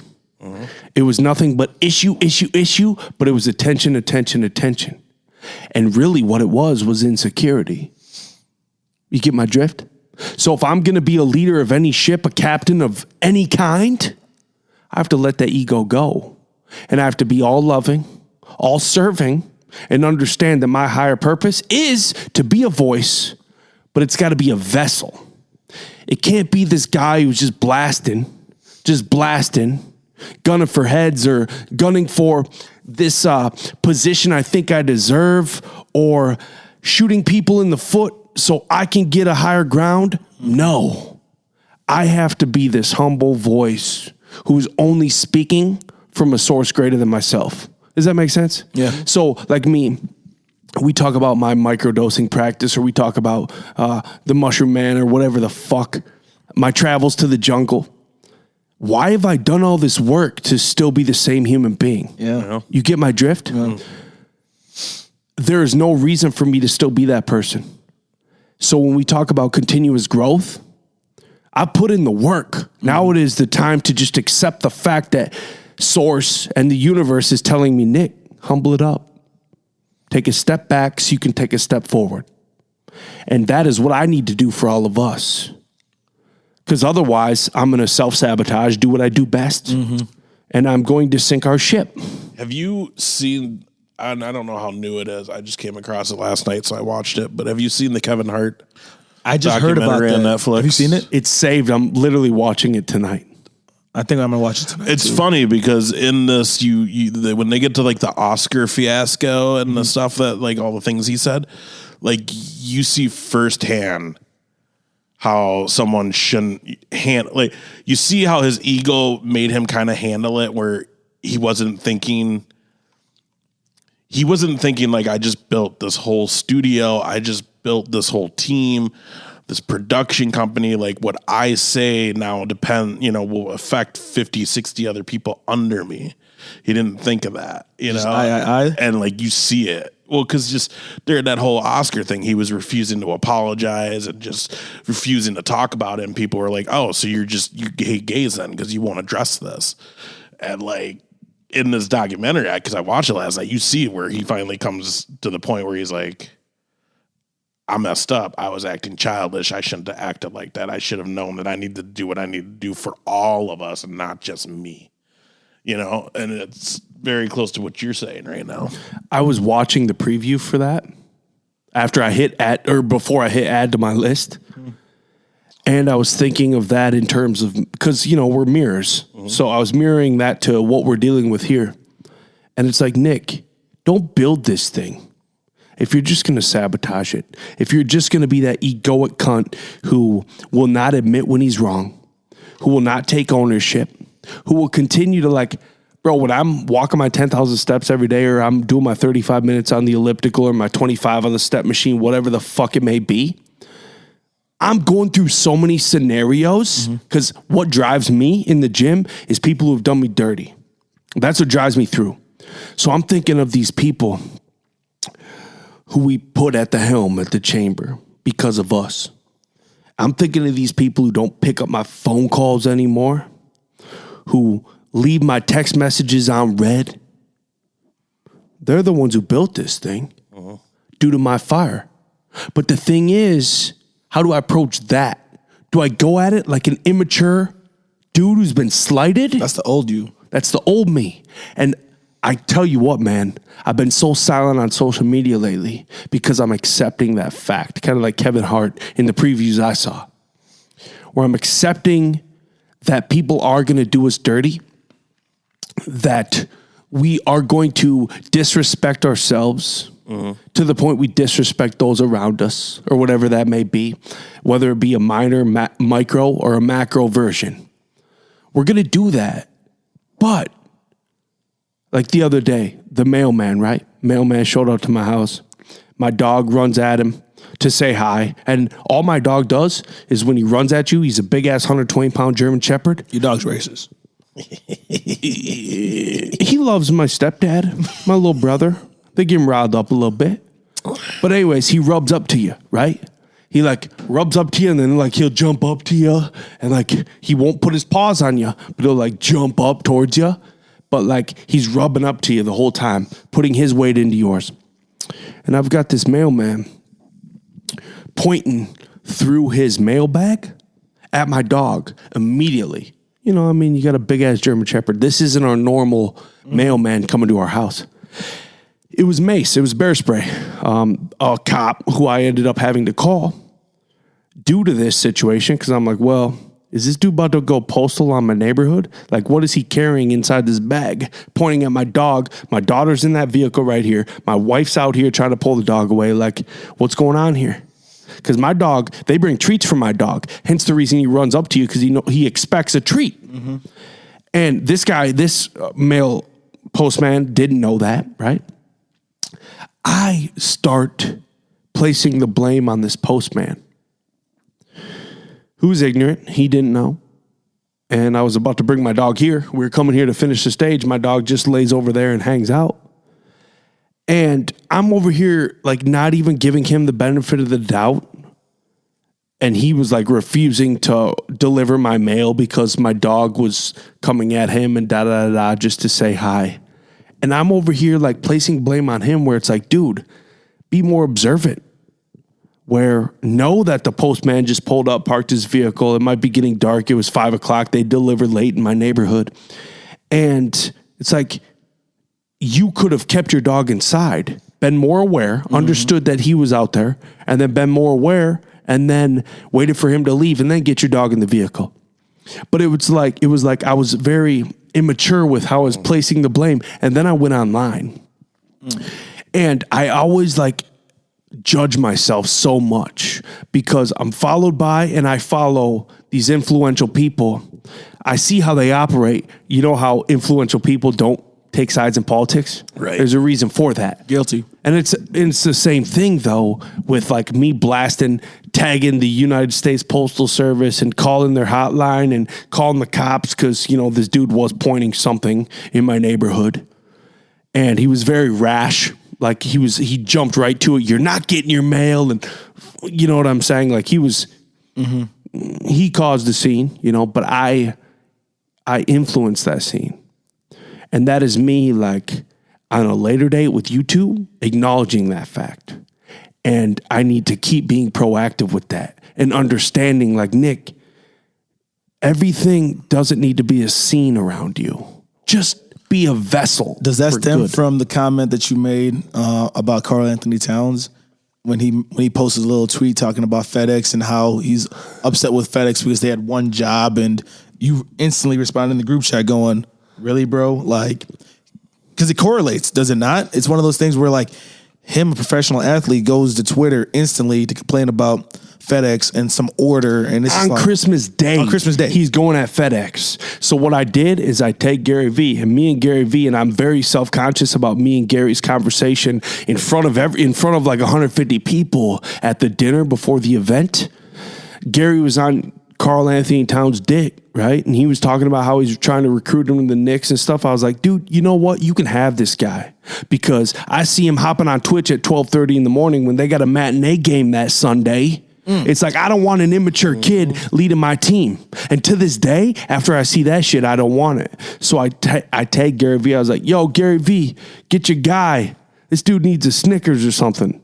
And it was like, I thought that shit was like, Gary, you should get your guy. Because the day before, James Dolan came out about the Knicks. He's the owner of the Knicks, coming out saying how like they might explore trade packages for Karl Anthony Towns. And it's like, you know what? Pre-Porzingis, because my conversation with Gary at this dinner was pre-Porzingis, and it was all about millennials and their mind state. That's how we got into the conversation. Because I'm sorry, but like I was talking to Cheryl's yesterday. We were talking about coaching, right? And I was like, bro, I don't know where these kids are at nowadays mentally.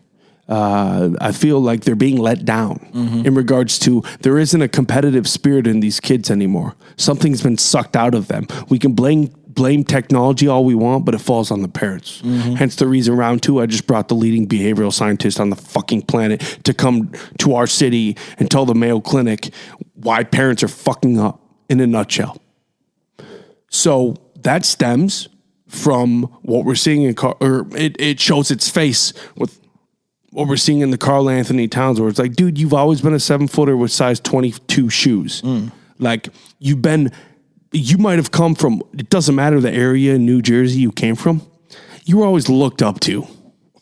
Your teachers looked up to you. They basically slapped your fucking knob because they know you're going to Kentucky. They know you're going to be a one and done. They know you're going to be successful. So you have these privileged ass motherfuckers. I'm not talking skin color. I'm talking about people with privilege. You're a fucking giant. Yeah. In the 21st century with the internet, if you're a giant, you're going to be successful. As long as you don't have an extra chromosome, and as long as you do have some hand-eye coordination, you're gonna be fucking good. Need. You know, so we're dealing with that, and I have a tough time knowing this shit because I work with specialists. I bring them on my fucking show. Like I talk to them. I have a very tough time not painting my image, not spreading my 2 cents. When I see Karl Anthony Towns tagging FedEx on Twitter on Christmas because someone didn't get his fucking package he sent or vice versa. Which wasn't that like an Amazon thing? Didn't Amazon and FedEx like have a contract dispute like the week before Christmas? They separated. So like really it's like, shut up, dude. If you get upset about anything, I got like Christmas 4 gifts Day, that didn't make it for Christmas. I don't give a shit. Yeah, the list goes on. You know what I did? I printed a picture of that gift and wrapped that bitch. Yeah. Hell yeah. I don't care. Like my nephew got a picture of a sweatshirt he'll get next week. It's all good. Yeah. But you're a multi-million-dollar, you just signed him Yeah. to his contract. He's in year 1 of his Yeah. contract. Year 1. Multi-millionaire. I'm just repeating because I don't know if they can hear you. No, and he sends that out to the Twitterverse. Yeah. And it's like, well, whenever you send something like that out, you better fucking own it. Yeah, you got to stand behind it. You have to, like, that's the thing. You got to stand behind it, too. You can't, like, the next day be like, oh, sorry, FedEx. But Mac's talking about finding his voice. So, like, with you saying that, Well, how do you react to that, though? Because, like, that right there upsets you. You brought it to the group chat. We talked about it right now on Wax, but it's... well, I think that, like you say, when it upsets you, but there's ways to handle what upsets you. And I think, Nick, you'll be able to really, jump on board with this. There's ways to react to when you're not happy with something. I've always been that guy that's like, and Nick, you know this. If I'm not happy with something, I'm just gonna be like, hey, that kind of sucks. Like, here's why it kind of sucks. And that's just it. I'll put it out there and I'll be honest about it. And then, whatever. You're still really good at sleeping on something, though. But the thing is, like, I'm going to just be brass tacks about it and be like, hey, man, come on. Like, you're going to bitch at a delivery company on Christmas Day, the busiest day of the year. And they're not even running today because it's Christmas Day. You're going to like, come on, bro. You're better than this. Where, the younger me may have been like, you're a dumbass, you stupid, privileged, rich athlete dude. Like, shut up. Which was all of the comments. Right. Where instead you could just be like, hey, step it up, man. Be an adult.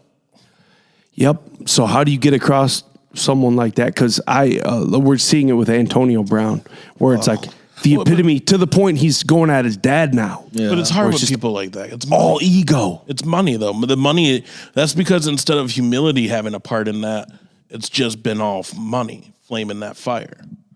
You know what I mean? Because from high school, it's the talk of that guy's going D1. That guy's going to make it to the show, no matter what sport it is. So like, there's always that dollar sign behind whatever's happening for that person. You think the demon is the people just don't live their truth? I think the demon is that people can't be happy not having everything in the world. Well, that's what I'm saying though. Like I'm saying, It turns into a facade though, like Timmy's talking about. what I'm saying is like I feel like what's happening with Antonio Brown right now, he's actually finally living his truth. Where the stuff that he's doing right now is actually who he is as a person. And all these years and all these times, he was not living his truth, not at all. Because when you think about it, he has baby mama issues now. He has issues with white people, calling white people crackers. The list goes on. And these are all things like where you just didn't all of a sudden become this person. Well, and another thing that happens with that though is when you have an excellent team that is behind you. Something else you'll see from that Kevin Hart documentary.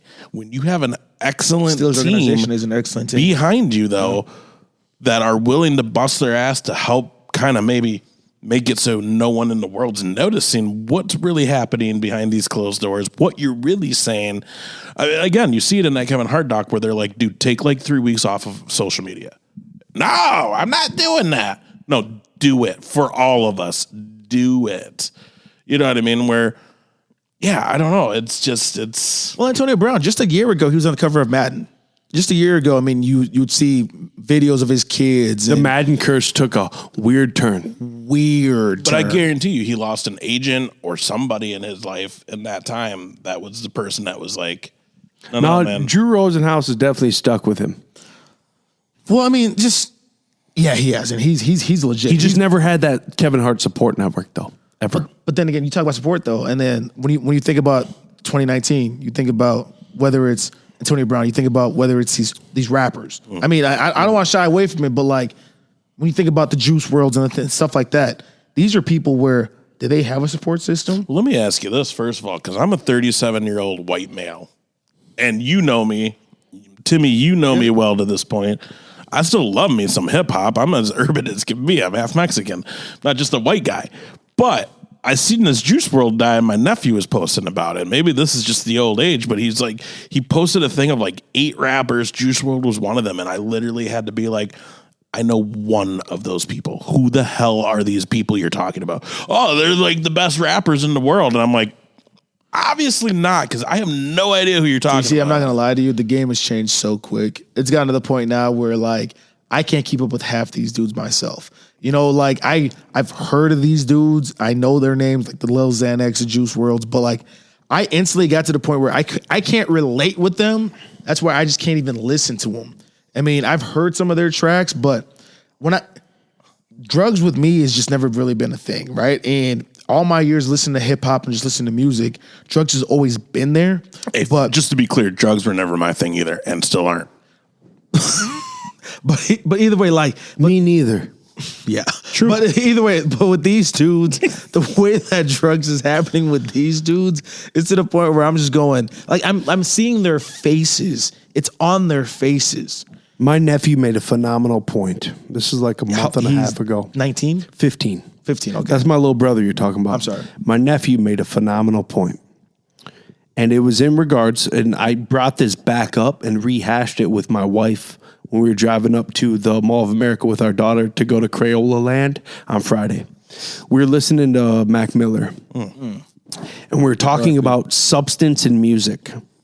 And my nephew made a great point, and we were talking about like, because my nephew grew up with me. He lived with me and my mom. So like I was still in high school listening to Eminem and Dr. Dre and 50 Cent's album came out. You grew up with the classics. Exactly. So we're talking about substance in music, and he's like, Uncle Nick, we listen to these mumble rappers because we just drown it out.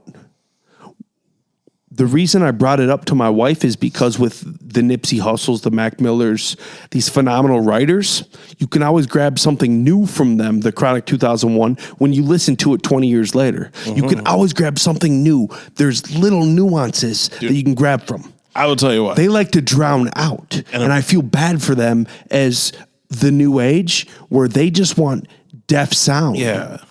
Well, but that also comes, I think, with that short attention span that this new generation has, because it is, when you have everything accessible to you in your hands 24/7, how are you supposed to dedicate an hour and a half to one full length album and actually listen to what's happening? Because you know what's funny is, you mentioned this, and Nick and I used to do work for the Reebok Ragnar races that run around the country. And one night in Michigan, we made like 3 or 4 of the Ragnar crew. And I don't know, I don't want to like subject them, like be like, oh, they were this kind of person. But like, either way, we made like 3 or 4 of these Ragnar crew people listen to basically the front to the back of the Chronic 2001 album. Because we were talking about it and they were like, I mean, I've heard like 1 or 2 songs, but I guess I never. And we're like, that whole album is just history making. You have to hear the whole album. And we played it, and it was, to be honest, me and you were way more into it than anybody else. But here's the thing. So the Chronic, that's the previous decade. You think about this, what we're talking about right now, the decade we just were in right now, the same decade that brought us Drake, the same decade that brought us Kendrick Lamar, J. Cole. These are all people that I still to this day look at them and I go, I respect them for their music and for what they've done. And then all of a sudden, towards the end of the decade, it transitioned where these people would start becoming on these hard drugs. I couldn't keep up with these dudes. I had no idea what was going on. So like, I'm upset at the fact that I'm going, these people were all in the same decade. It all happened in that 10-year span.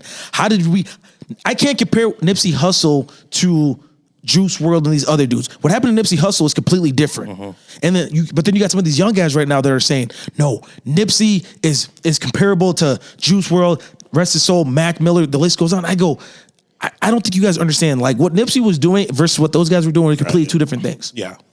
No, that's super fair to say. I think like the best song I've heard come out in the last 10 years to describe and kind of have an answer to what has been going on in the game of hip hop as of late was J. Cole with the 1985. Is that what it's called? 1985, I Was Live. Where he basically ran down, I don't remember who it was, Lil Pump or Lil Xanax or whoever. Yeah, he went in on him. Said something about him. And he didn't even go after him. He like straight up just laid it out and was like, here's the deal, bro. You ain't going to make money because you made hit records. But you're only going to make money on the road, so tour. Take care of the people who are close to you because all the other shit does not matter when it's done. DC, you're a Dr. Dre Chronic fan, right? People are losing sight of the fact that like we had Good Kid, Mad City this past decade. We had to Pimp a Butterfly this past decade. Yeah. I mean, we had classic albums. There's been classic albums. It's just unfortunate that Macklemore, The Heist. Okay. It won all the Grammys. You're gonna ride your moped downtown. No, but I made a list though. But shit, it was 99 cents. I'll tell you what though, like the idea behind Thrift Shop was classic. Like who else made a song about going to the thrift shop? And like he ate for a time being. I mean, like you know, it was definitely he found his niche with that run. He definitely did. Took over the world with that run. Kendrick got screwed over, but the thing is, it brought us to Pimp a Butterfly. So if the heist never would have happened, Kendrick never would have got shit on with Pull Up, Drank, Headshot, Drank. That should have won at least one Grammy. It didn't because the heist existed, and then it brought us to Pimp a Butterfly, where he's having a conversation with Tupac's ghost for the final song.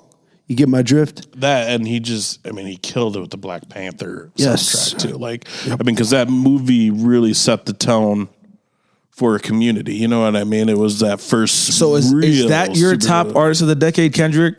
I mean, no, man, J. Cole. If we're talking hip hop game, J. Cole. Drake. Drake. Well, I'm gonna go Kendrick. Well, it's fair. Yeah, that's cool. I love them all. Fair, yeah. Bring it in. Yeah. Bring it in. That's fair. All good names. Respect. Yeah. Can't go wrong. Because what do you think of that Drake Chris Brown song? Which one? No Guidance? Because It's a banger.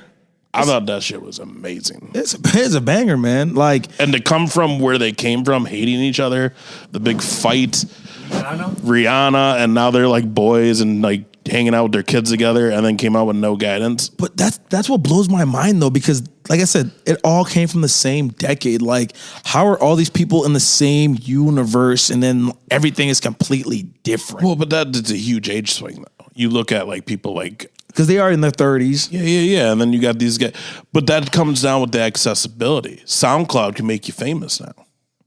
I know, man. But I still kind of just go back to the fact where I go, how do you have J. Cole, like you said, J. Cole doing what J. Cole's doing, Kendrick doing what he's doing? I mean, you had Nipsey, you had Big Sean, you had Drake, you had Nicki Minaj, Cardi B. I mean, these are all people where I'm going, like, at what point in time was... Let me ask you this. I'm listening.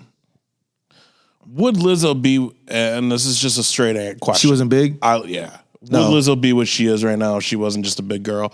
Don't get me wrong. I like what she's doing, and she's holding down the Twin Cities. That's She's milking cool. it. But, like, I mean, like, especially now, you see her, like, at the basketball game a couple weeks ago with no ass on her pants. She was at a wedding and she tried to jump on a table at this wedding. Like, she's gotten to the point right now where she's making fun of herself. She kind of is. And it's getting pathetic. I'm going to be honest with you. Like, Lizzo, as a big girl, you just got to stop. Because it's to the point where what you do with music is being overshadowed now with what your antics are. Yeah, but how much is it going to pay her? How many commas in her bank But how long is it account? going to last for? Well, the thing is it's a gimmick. That's just it. And That won't last. well, but we're in a day and age where the women's movement is huge. Me Too's huge. No body Lizzo's shaming's huge. Butt cheek movement. Lizzo's huge. And as she keeps repping this whole like no body shaming, I don't care what I look like, because that's what I've noticed the most is like women are really just on board right now with her, because it's like she don't care that she's a big girl. Whatever. She tried to do splits on a table at a wedding, bro. Like, she's to the point right now where she's over the top. It looked like a WWE move. You're doing Like, too much. It looked like she was jumping through the table like Jeff Hardy style. If you were on the table, Mac, you would be done. I'd be reading a eulogy right now. From behind, she looks like Mark Henry. Big I mean, Mark Henry. from forward, she kind of looks like Mark Henry. I'm not gonna lie. Like, whatever. I saw a video. I'm pretty sure that was Mark Henry. Undertaker is about to throw him off the top of the cage, and they're like, Undertaker is about to drop Lizzo off the top of the cage or some shit like that. And I was like, that has to be Mark Henry. Oh yeah, it had to be. Had to be. But so like Lizzo's she's taking over the world, right? It's her versus Billie Eilish in the finals. Which now let me ask you this: Billie Eilish, Talented. really? She's tapped in, no ego. Her and her brother, they still live in the same home. I don't know who that is. Billie Eilish, I've only heard one song or like two or three songs. Bad Guy or whatever. Yeah, what's the one that has like the weird whistles? That do do do do do do do. Give me a song right now. Like, what is she? it's like So you're a WrestleMania. bad guy, Yeah. typical gang guy. Oh, that's okay. I've heard of that. She's all right, but like it is just for me, it's really white? different. Yeah, Okay, she's so also like what 17. yeah, well, I think she just turned Weren't 18. they just making a big deal that she like Drake was DMing her and she's underage? Oh, I have heard about her then. Okay, yeah. Okay, but check this out though. She is a humble spirit yeah, who is talented. She's the polar opposite of Lizzo. for sure. Here's the deal though. You can't take away the time they've both put in. Oh no, No, never. So just like Macklemore and Kendrick, Macklemore's been getting after it too when he won all those Grammys instead of Kendrick. Macklemore also put in the time.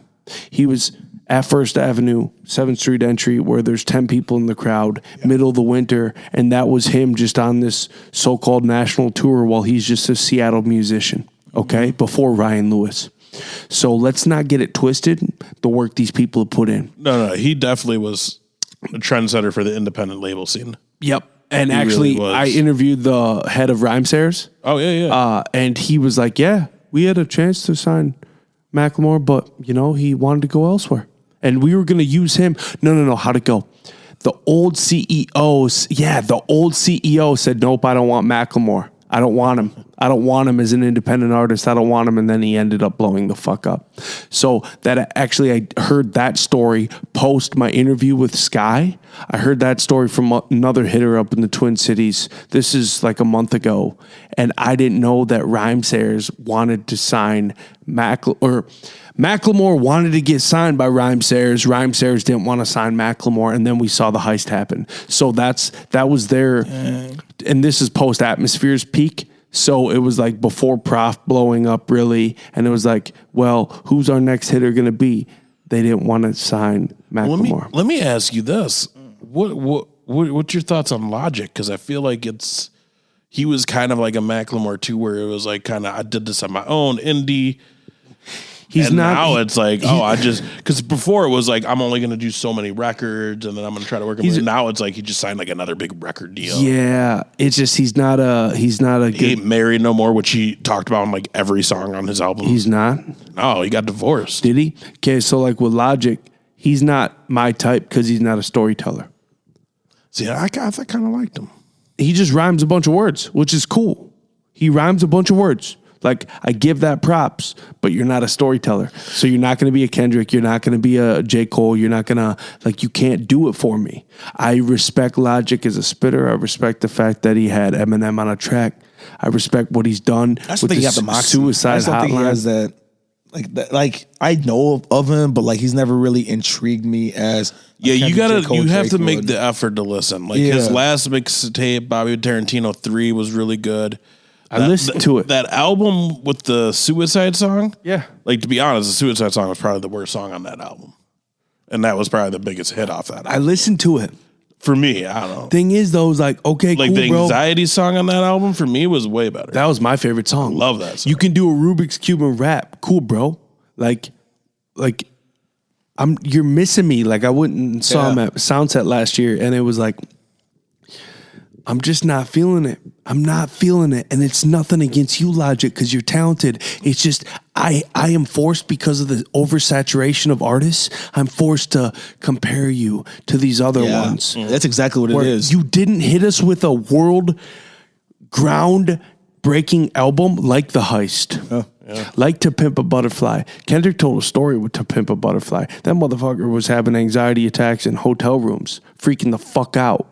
Dealing with Shireen's bitch ass. You know what I'm saying? Like, and like J. Cole's For Your Eye Only. Uh-huh. I mean, that album. For Your Eyes. Man. That whole album. That album, I can't stop. Actually, I retired To Pimp a Butterfly before For Your Eyes. I still tap into that like twice a month. Dude, I play For Whom the Bells Tolls like once a week. J. Cole had classics, man. I ain't got no sympathy for... Now, Max right there, you gotta tell a story. Like, I think with Logic, I just can't relate with Logic. I don't know where he's going. Like, see, like for me though, like I lose like real musicianship because and you know that I'm always been that guy that I like. Those days are gone though, man. Like there's Nas isn't coming back. They're not. They died with Mac Miller. But for me, they're not. They don't get the eyes on it because for me, why Anderson .Paak is not number one on a global level will never, ever register in my head. Never. Anderson .Paak is as fucking cold as it gets. That dude can kill it. We're the biggest song of the decade. He can play the drums. He can rap. He can sing. All his shit's good. It's catchy. He's doing shit with Kendrick. He's doing shit with Dre, Mac Miller. Everything that guy is on is... Go listen to, is it New Worries, Suede. That bitch is... Oh, that's tight. Like I said, who had the song of the decade? Lil Nas X. He had the song of the decade. Anderson .Paak is probably one of the most talented musicians to ever grace this planet simply because it is so rare for you to be able to rap, let alone sing, but rap while you're playing the drums. Playing the drums as a world-class musician. Drummer. Bro, that just ain't even right. But it all goes back to... And it's good, though. It ain't nonsense. His songs are good. But guys, it all goes back to what it is now. It's all about delivery. It's all about who's doing the delivery. It's like with comedians and just stuff that's happening now in general. Like SNL recently. Obviously, majority of stuff like with Eddie Murphy, right? A lot of that stuff, he is not writing his stuff anymore. The writers are doing it. He's delivering it. But the fact that Eddie Murphy's the person that's delivering it, that's the reason why people are going to laugh. People are going to be intrigued by it. Some of these people, they just don't have it. But that's what scares me is that we live in a world where someone who may not have it will still become famous off of doing stuff that they're not responsible for. You know what I mean? Yeah, there you go. Get that shit going. Who's this? You don't know? I don't know who this is. Dang, dude. Get it? At least I'm honest. I said dang. It's called dang. Oh. This is what you make love to your lady. Yeah, Mac Miller and Anderson .Paak. I still listen to Jodeci. Hell yeah! Can I talk to you? Yeah, dude, I'm all about Anderson .Paak. That is the dude. That is Anderson .Paak? Dude, Anderson .Paak. PAAK. Get your shit figured out, Timmy. Bro, hey, man, at least I'm being honest. Tense, bubbling. Let's be honest. Heart don't She sing. wants me. She wants me. Okay, so we got to get into your guys' New Year's I know, I keep resolutions. looking at the clock. We're like at, what, an hour and a half? Yeah, so it's racism that you haven't gone yet, Timmy. I can go like 2 more hours with you boys, just so you know. We can too. That's how it is. I'll too. do it. Well, might as well. No, so like with Mac's talk about finding his voice. I've gotten to the point right now where I'm getting really nervous, and I feel like I'm gonna get played out. And so I've gotten to the point now where I told myself, Yeah, I would too with that Wesley Snipes fucking cross across your fucking haircut. Hey, man, Hey, it's clean. Demolition Man. Yo, whatever You gonna go get Twan's some Taco Bell? whatever Twan's doing to you, we gotta have a Hey, conversation. I'm at the point about right that. now where the lady loves it. That's all that matters. Simon Rex, I you can gonna say go that kill a now. bunch of people? Hey, I can say that now. But no, so I don't know if anybody gets these Demolition Man gems I'm don't know who dropping. that is. Him and Sylvester Stallone. Never heard of it. Called Demolition Man. No, what I was saying though is I've your got homework, to the watch point. it. I'm going to. I've got to the point where I've told myself where I need to accept the fact of I need to accept my worthiness. That's what it's come down to. For this year moving forward, I need to accept my worthiness. And what that means for me is the point where whether it's Mac, you, DC, or anybody that reaches out and just tries to still kind of keep me afloat with things, I feel like eventually it's going to come a point in time where I can only say no so many times before people just stop asking me. And now I'm going, if people have some type of intrigue by me, if there's something that I bring to the table, instead of me constantly just going, oh, no, I'm going to fall back, or hitting you with the might, I might do this. I need to just dive in and just go. Because what I've learned right now is the past couple of years, just in general, like whether it's been doing this and then committing and then not committing. Yeah, like telling me a month in advance you'll be at Lincoln Drink, and then the day comes and I hit you up. You're right. Hey, so am I going to see you up there?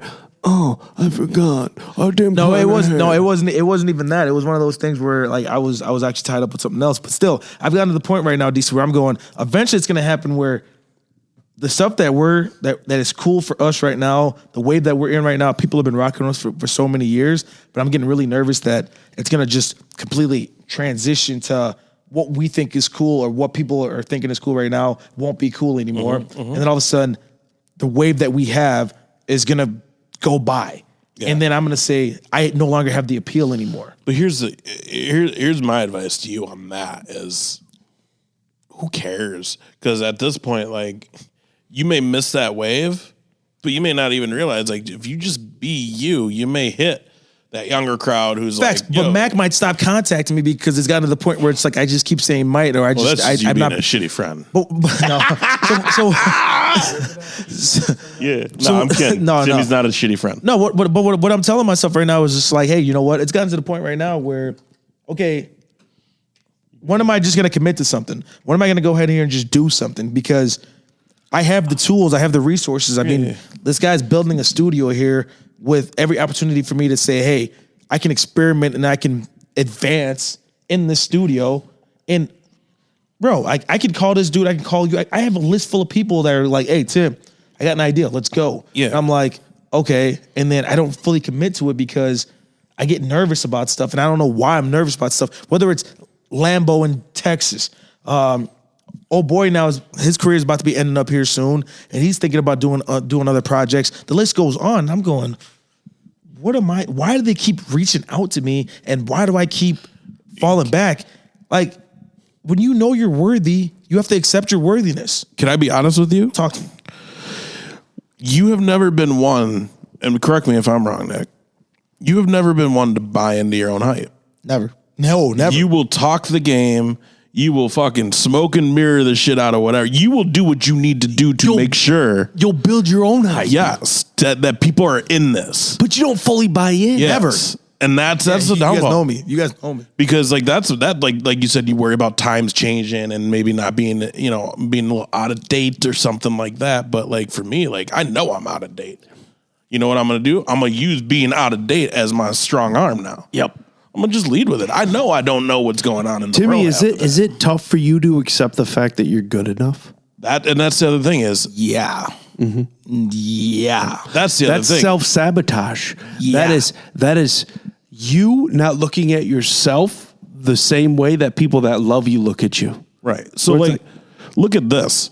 Like back in the day, Nick Mack was known all over town. Nick Mack, rapper, doing all his stuff he does. And he's done whatever to build on that. Me, I was that bar DJ in this town for a good, like, sweet few years to where everybody knew who I was because of it. I was doing radio in town. People knew who I was because of that. Whatever. And I just gone with it. Like, you're the guy, though, that, like, everybody knows you. You can't go to somebody in Rochester and be like, you know who Tim Nella is? But what They're does he gonna- do? But like, they buy, but the people you ask, like, you know who Tim Nella is?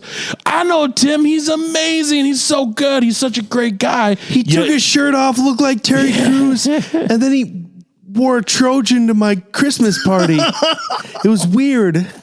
That does sound like a really weird He Christmas. came in, he wasn't riding on a Trojan, he was wearing a Trojan. It was so weird. He had his ugly sweater on with no pants. just helicoptered the shit out of it. Nah, but no, y'all. But you know what I mean, though? Like, You're speaking facts. everybody sees how good you are and what good you can At do. what though?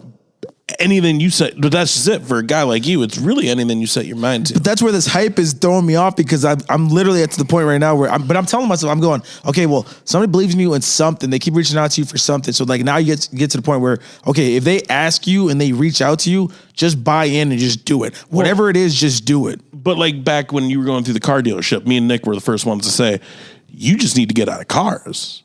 Like, you're just not happy. You need to get out of it. Like, we could see that. But you were never sure of that. You were always kind of like, and whatever, it turns around, here we are, you're still in cars, but you're happier in the position you're in now. And you had to take some falls to find that and go through some shit to find that. But I think the real thing is, and it took part of it was you and some other people in my life to kind of be like, yo, people are sleeping on you. People don't realize how good you are. I see it though, so show it. Where I think that was just a classic case for you as well. Is just everybody else sees the good but you, and it's hard, man. It's hard. Because you know what's wild? And what you're saying is spot on because I've gotten to the point where, like, while I watch Mac doing what Mac is doing, and I literally feel like Mac's gotten to the point now where he's not even going to be like, yo, Timmy, man, like, let's go. Like, I think he's gotten to the point now where he's just waiting for me to be like, yo, Mac, let's go. Because while I watch people around our town, MediaCorp, the list goes on, these people that are making these moves now, and they're just taking it and running with it. Nothing against any of those people. I respect all of them. And like, I've watched them as they've grown, but a lot of people, they take all of their success and they look at us and say, hey, you guys are the reasons why I'm taking the sleep and I'm doing this stuff. And I hear that stuff all the time. And I tell myself, how come all these people look to myself, you, Mac, and go, you guys are the reason why I'm doing what I'm doing, but how come I can't see that in myself? And that's where I'm to the point where I'm going, this coming back full circle, what we're doing now, and just the aspect of just knowing that the new decade is coming, podcasts and stuff like that doesn't happen right away. We're on year 3 now. Mm-hmm. There's merchandise. There's studios being built. There's been different events going on. So now it's to the point where it's like, okay, man, are you going to start believing and buying into this? Because, yeah, this car business thing, and I told my coworkers just yesterday at work, I go, I like this. It's fun. It's fun again. But this isn't my end game. And I'm being honest with you because I know it's not my end game. So like what we're doing right now, I see myself doing this far more than selling somebody a car or selling somebody a warranty when they finance a vehicle. Mm-hmm. That's not my thing. And years ago, I never would even talk about work on air. Yeah. This is the most I've ever talked about work on air physically, about what I actually do, verbally what I actually do, I'm sorry. But up to the point now where I'm starting to believe where that's not my calling. Well, look at it. You built your way up as a finance manager. All sales are going through you, right? Mm-hmm. You built your way up to that. And what'd you end up doing? Scaling back. Because you got to that pinnacle, quote unquote, and it wasn't for you. Yeah. So that's a telltale sign right there. Yeah. And it's nothing against the John Wades of the world that helped build you and help get you to where you are in the car industry. Because without the John Wades giving you an opportunity, the Penzas taking you over, there wouldn't be where you are right now for self-realization. The weirdest things happen that bring on self-realization. You know what I'm saying? Mm-hmm. Like, look at me, for instance. I'm over here saying I need to have an ego-less 2020, and I fucking built what I perceive as an empire. Mm-hmm. You know what I'm saying? All the while, wait a minute. I need to scale back. And that's without any...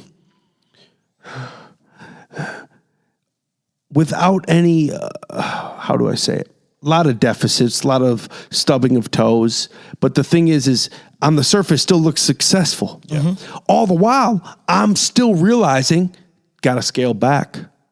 I'm not as active on social media anymore. All the while, we're running social media for companies across this state.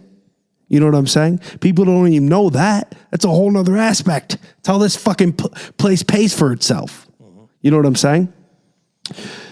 All the while, the head is going to just scale back on social media. Why is that? That is because I see it for what it is. When you look at your life, Timmy, seeing it for what it is, where it's like full acceptance of where you are, it's okay to not be okay. It is okay to be unsure. And I think going into 2020, being unsure is a power move. Being willing and accepting of whatever the fuck's going to happen because I don't have the answers. That's what I'm doing. I don't have a fucking clue. All the while, I know without a reason of doubt that it's going to help me find my true voice. Yeah. Get my drift? Mm-hmm. By not knowing, by not being sure, by throwing shit at a wall and putting in my elbow grease, and then it just turns into a fucking full-blown creative studio. That is so we can do something. We don't know what the fuck it is. Something will come out of it. I can already tell you we're going to be watching some WWE pay-per-views in here, doing some live reactions on live streams, Mr. Nella. And I want you two to do that. I don't want to be a part of that. You will be too, though. At least WrestleMania. I'll just laugh at the big one. Follow-up once we're posting it. I'll bring some wrestling fans in, too. We'll make us like as geeky as can be. It's going to be amazing. No, you got to be there because you have no idea what's going on. You got to be there to bring that non-wrestling fan added, you know?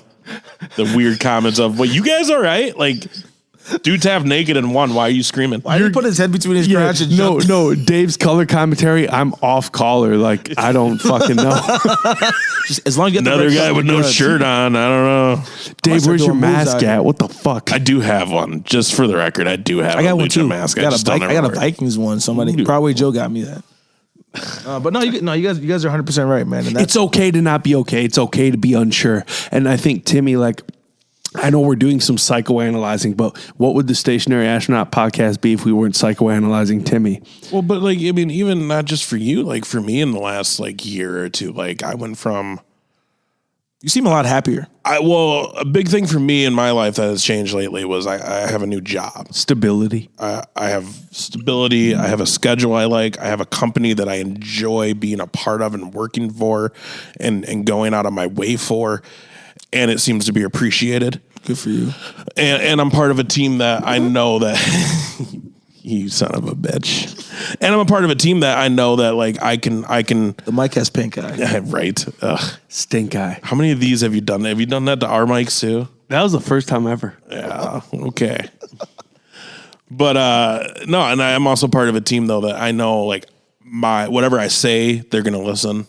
They're going to take it into effect. And just, I know what I'm doing. They've made sure to reassure me that it's appreciated and that they really are. So what's your goal?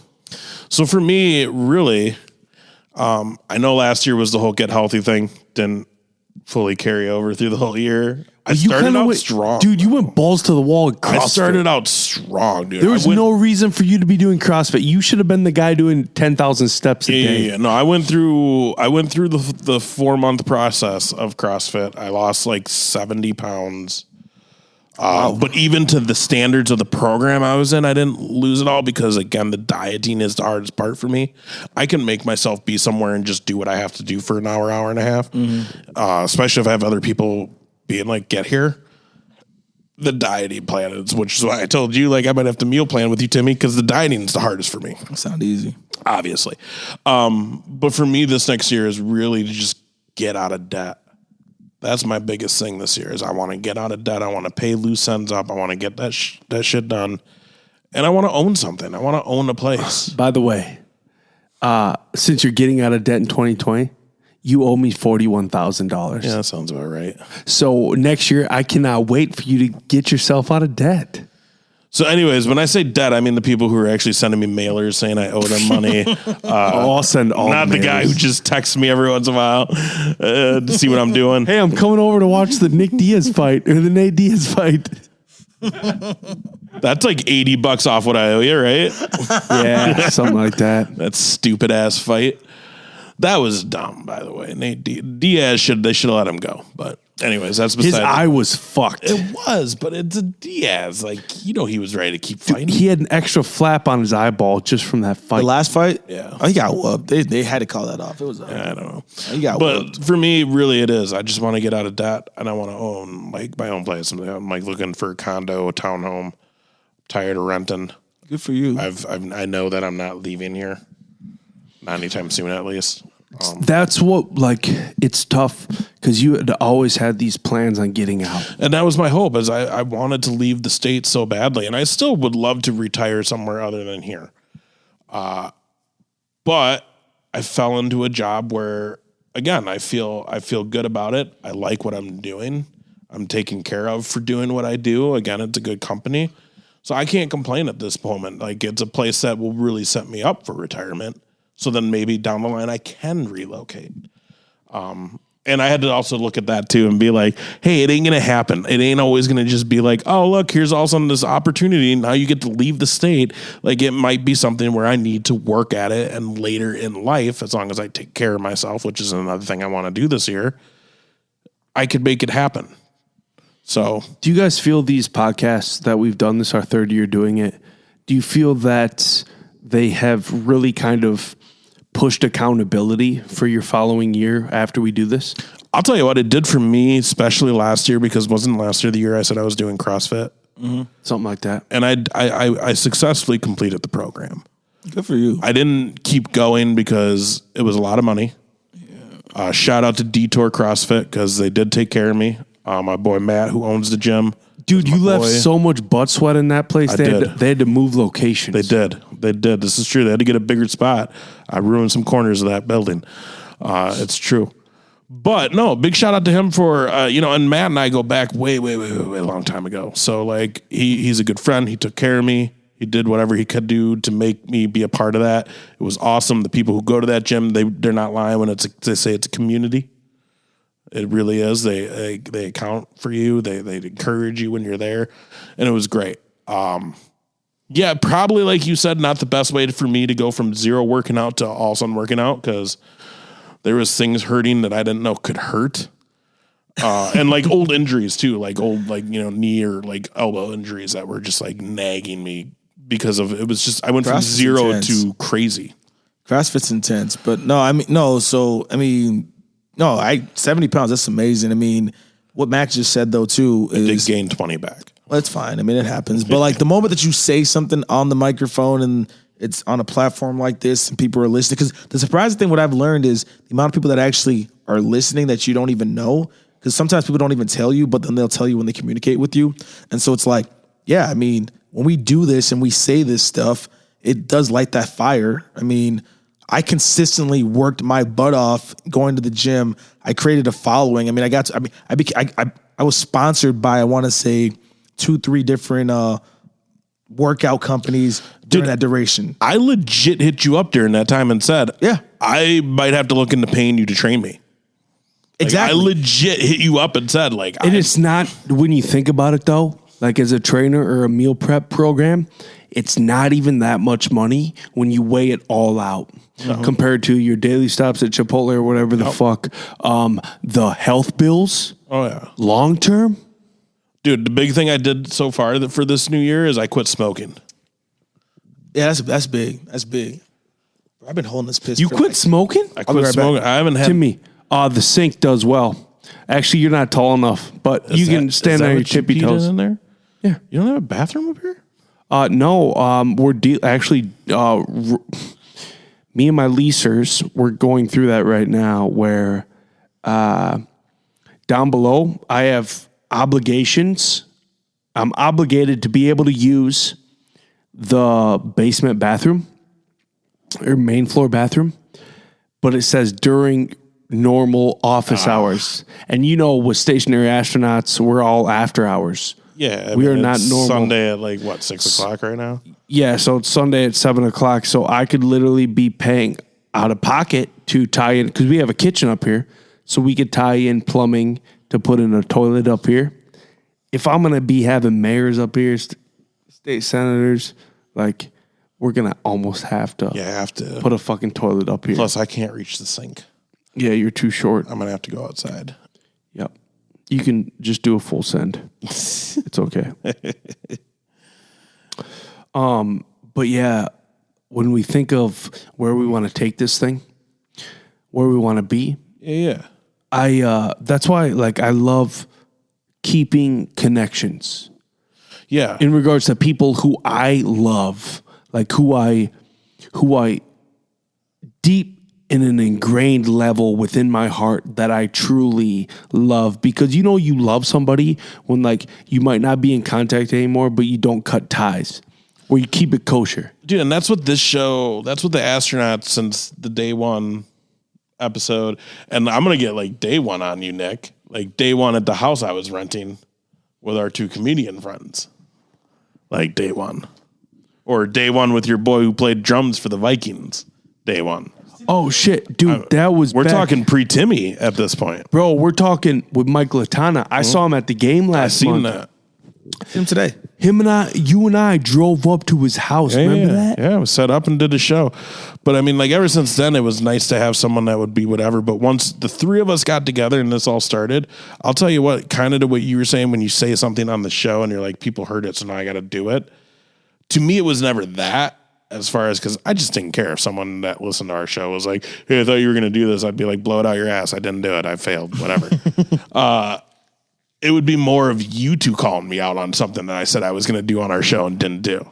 You know what I mean? It was always spelling.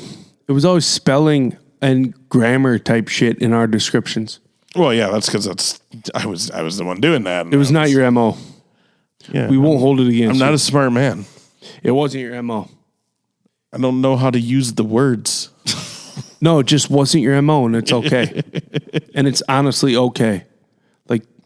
That's, I think, what we all need to take out of everything, where it's and I'm so accepting, dude. It's not even because I have a daughter nowadays. It's because I am just someone who deals with so many fucking people on a professional level who all have their own flaws. Nothing matters. Nothing. It is all okay. We are imperfect vessels living in this meat body for a limited amount of time. We might as well just love, and love harder. Oh. Because right now, I am in Zen. Being able to be with you guys, a half Mexican who's got the safari Serengeti on his back, and Timmy Nella, who is like a white person trapped in an African's body. I love you guys. I feel like he got the way better build on that one. Way. Well, I mean, Dave. It's not that bad. I will show you after the If you had a fresh haircut, it'd be a different story. I know. Do we have to give the people what they want and commit to actually doing this again? Not twice a week, but I think we got to at least give them once a month. I'll tell you we what. We got to do something. You know what has resulted from us doing these New Year's Eve or New Year's shows that we have done the last few years? Is what? I definitely walk out of whenever we do it being like, why'd we stop? Yeah. Why are we not doing more of the 3 of us? Because we can just go. We always have a great conversation. I know.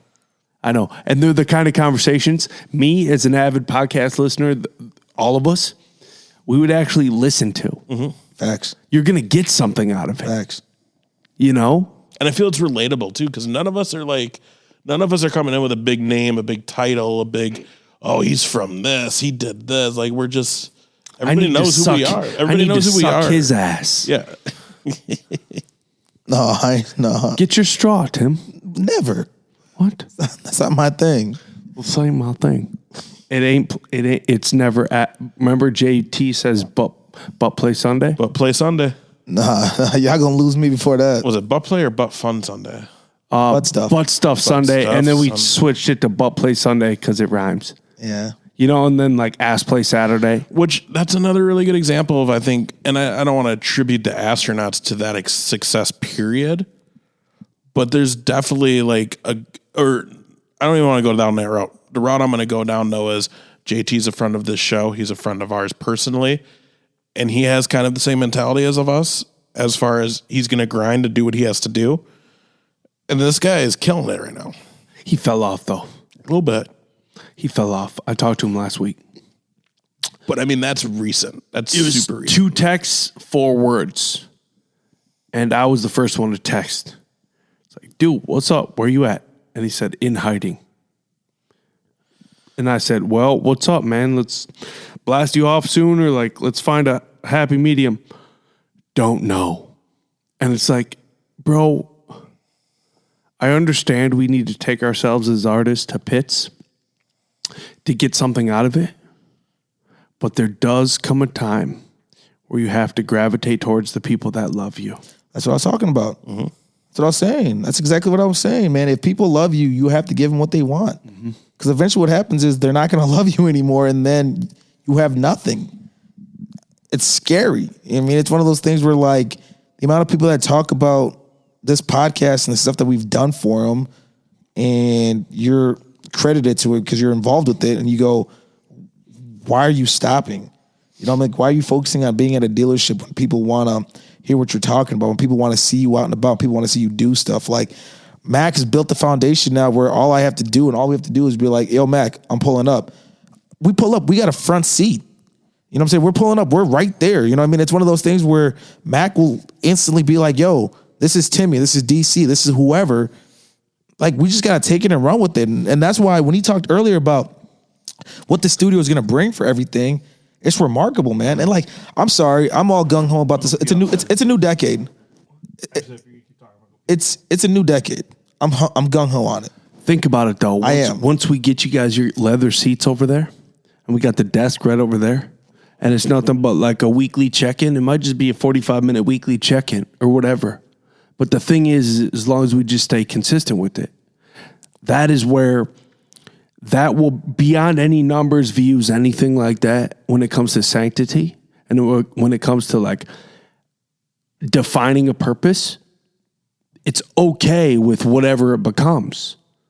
But you and I talk quite a bit about this, Timmy, where it's like, Mac, like, man, I don't know what that was, but it kept me calibrated. Yeah. It just kept me calibrated. Even though, because towards the end, really what ended you being on the show for the long run at the time was you were so busy and you were enslaved to a new job where it was like you weren't sure on paper when you were going to be off because it didn't matter. You were stuck, like we're recording. We were pushing our shows back and back and back to get in, like, say, a local leader. But like Timmy is showing up halfway through just because he couldn't get off work in time. And it just got to the point where we had to throw our hands up, which is whatever. Yeah.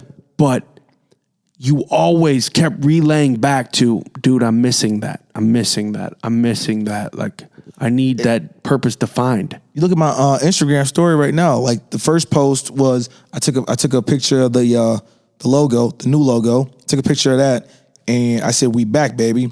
The next post, I took a picture holding the mic, and I'm saying, "I missed this." And then I haven't looked at my phone yet, but I'm just looking at the notifications, and I got people commenting on it already as it is, because it's like one of those people, like people right now literally sitting there going, yeah, we want this. Like, I was talking to somebody today, I was going, I need the old Kanye back, you know, because the old Kanye put me in a position where, like, I just felt different listening to his music and the stuff that he was talking about, and I can't relate with what he's doing now. So like when I pretty much said, I miss this, and people are going, yes, this is what we want. This is our drug. Like you three, you guys doing this stuff. It's giving us the motivation and the hope that we want to better ourselves. But at the same time, it's bettering us. And I'm going, for as much fun as I'm having right now, like I don't even want this to end, but why would I ever stop this? Why did I ever stop this? We just got to build the set. Dave, you aren't trying to get your butt cheeks up to the sink, are you? Bro, you gonna need a stool, man. Hey, I got a step ladder. We got a step ladder right here, bro. You like that? Dave, so what days of the week you're off early on Fridays? And Timmy, you got Thursdays off or Fridays off? Fridays. Yo. Yeah, man, I get done between 12:30 and like 2 on Fridays. That might be the new move. We're bringing it back? Dude, Is that what's happening? That's what the people want. Yeah, but we can rebrand whatever. We can do an off skirt. It doesn't even matter. Because, right, stationary astronauts turn into like, where I just go interview, like, say, Adam Thielen's agent, whose episode will be coming out on Friday. Ours will come out on Wednesday. You know what I'm saying? Like, where I go interview, it's a one-on-one because, let's be honest, when you do 3-on-1, you lose something in a in the depth of a conversation. So like that can be its own thing. But guess this is the cool thing about the Astral Network. It's meant to sprout countless shows. It's a show cultivator. I don't want us to derail your thunder. So like I'm not gonna intervene with the stuff that you've been doing already. But like if it's a Friday and we wanted to get together as we're doing today, I'm all in for that. Like this is therapy. The Godfathers. DC, what happened was I literally got to a point where I started ranting, leaving the gym to my car every morning because that was my stationary astronaut. That was my therapy. A quick little minute rant, let me release everything. That's what I substituted for this. And every time I did it, I hopped in the vehicle and I felt so much better. Like right now, like I'm gonna sleep like a champion tonight. Mm-hmm. Dude, this is your melatonin. It really is. For sure. This is my what's that drug that you always talk about? The ayahuasca? Yeah, that word. Ayahuasca. This is my living dream. No, you weren't. Drug that you were talking about? Okay, so you've got me in 2020 finding my voice. You got Timmy, self-reflection, self-awareness. I feel like I need something better, though, because you guys actually have, like, personal ones. Mine's just going to... Timmy, what is yours, though? Is it just self-awareness? Just accepting my worth. That's what it comes down to. Like when you reach out to me, obviously you find me worthy to you, but I have to accept my worth. That's what it comes down to. Like I can't say might. If you want me to come to Lincoln Drink, you want me to do these things, you want me to be there. Obviously, you see a value in me being there, and you want me to be there. Maybe I could retain something from being there or meet people, but I can't just be like, oh, I might go, or I'm not going to commit to it, or if Guap wants me to do a skit with them, or the list goes on. Like I just have to do things. If it doesn't work out, boo-hoo, it's okay. It's fine. Like I get so nervous at the fact that like I'm getting older in age now, and I feel like there's certain things that I should be doing anymore because I'm old. But I'm going, no, that doesn't even matter. Like nobody cares. Just do it. Like you're a father and you're married and all this stuff, and you still live your truth. That's what I loved about the simple fact, like with Gary Vee. You know what I'm saying? Like he wears K-Swishes, he wears skinny jeans or whatever it is, and like he's at WrestleMania, he's at Jets games. He doesn't care. Age doesn't define him. Just go, baby. Just go. Mm-hmm. DC, how about yours? Well, again, I want to get out of debt, but I think overall that, like an actual, for me, like growing as a person, I would think it would be just push myself over the hump. There's a lot of times where it's like, I know I can do what that person's doing, and I can do it equal or better, and make it more entertaining. And I'm talking as far as like the podcasting that I'm doing, because I'm still involved in like wrestling podcasting. I have my show at West Briscoe. I have my show at the Mass Comedian X, who I won't say his real identity on here, but we have our YouTube show. We're not allowed Tuesday. to. Hector. I don't refer to him on the show as his real name just because he wears the mask every episode. Oh, so he is incognito. Mm-hmm. So we just call him X. Ah, okay. Yeah, with me. But that's Tuesday nights on YouTube that we do, and that's going really good. And then I have the MPH, which is the Mega Power Hours, which we're getting better on that one. That's getting better. But I mean, I'm still involved in all three. I'm doing things for like YouTube channels for all three. And there's some days where I'm just like,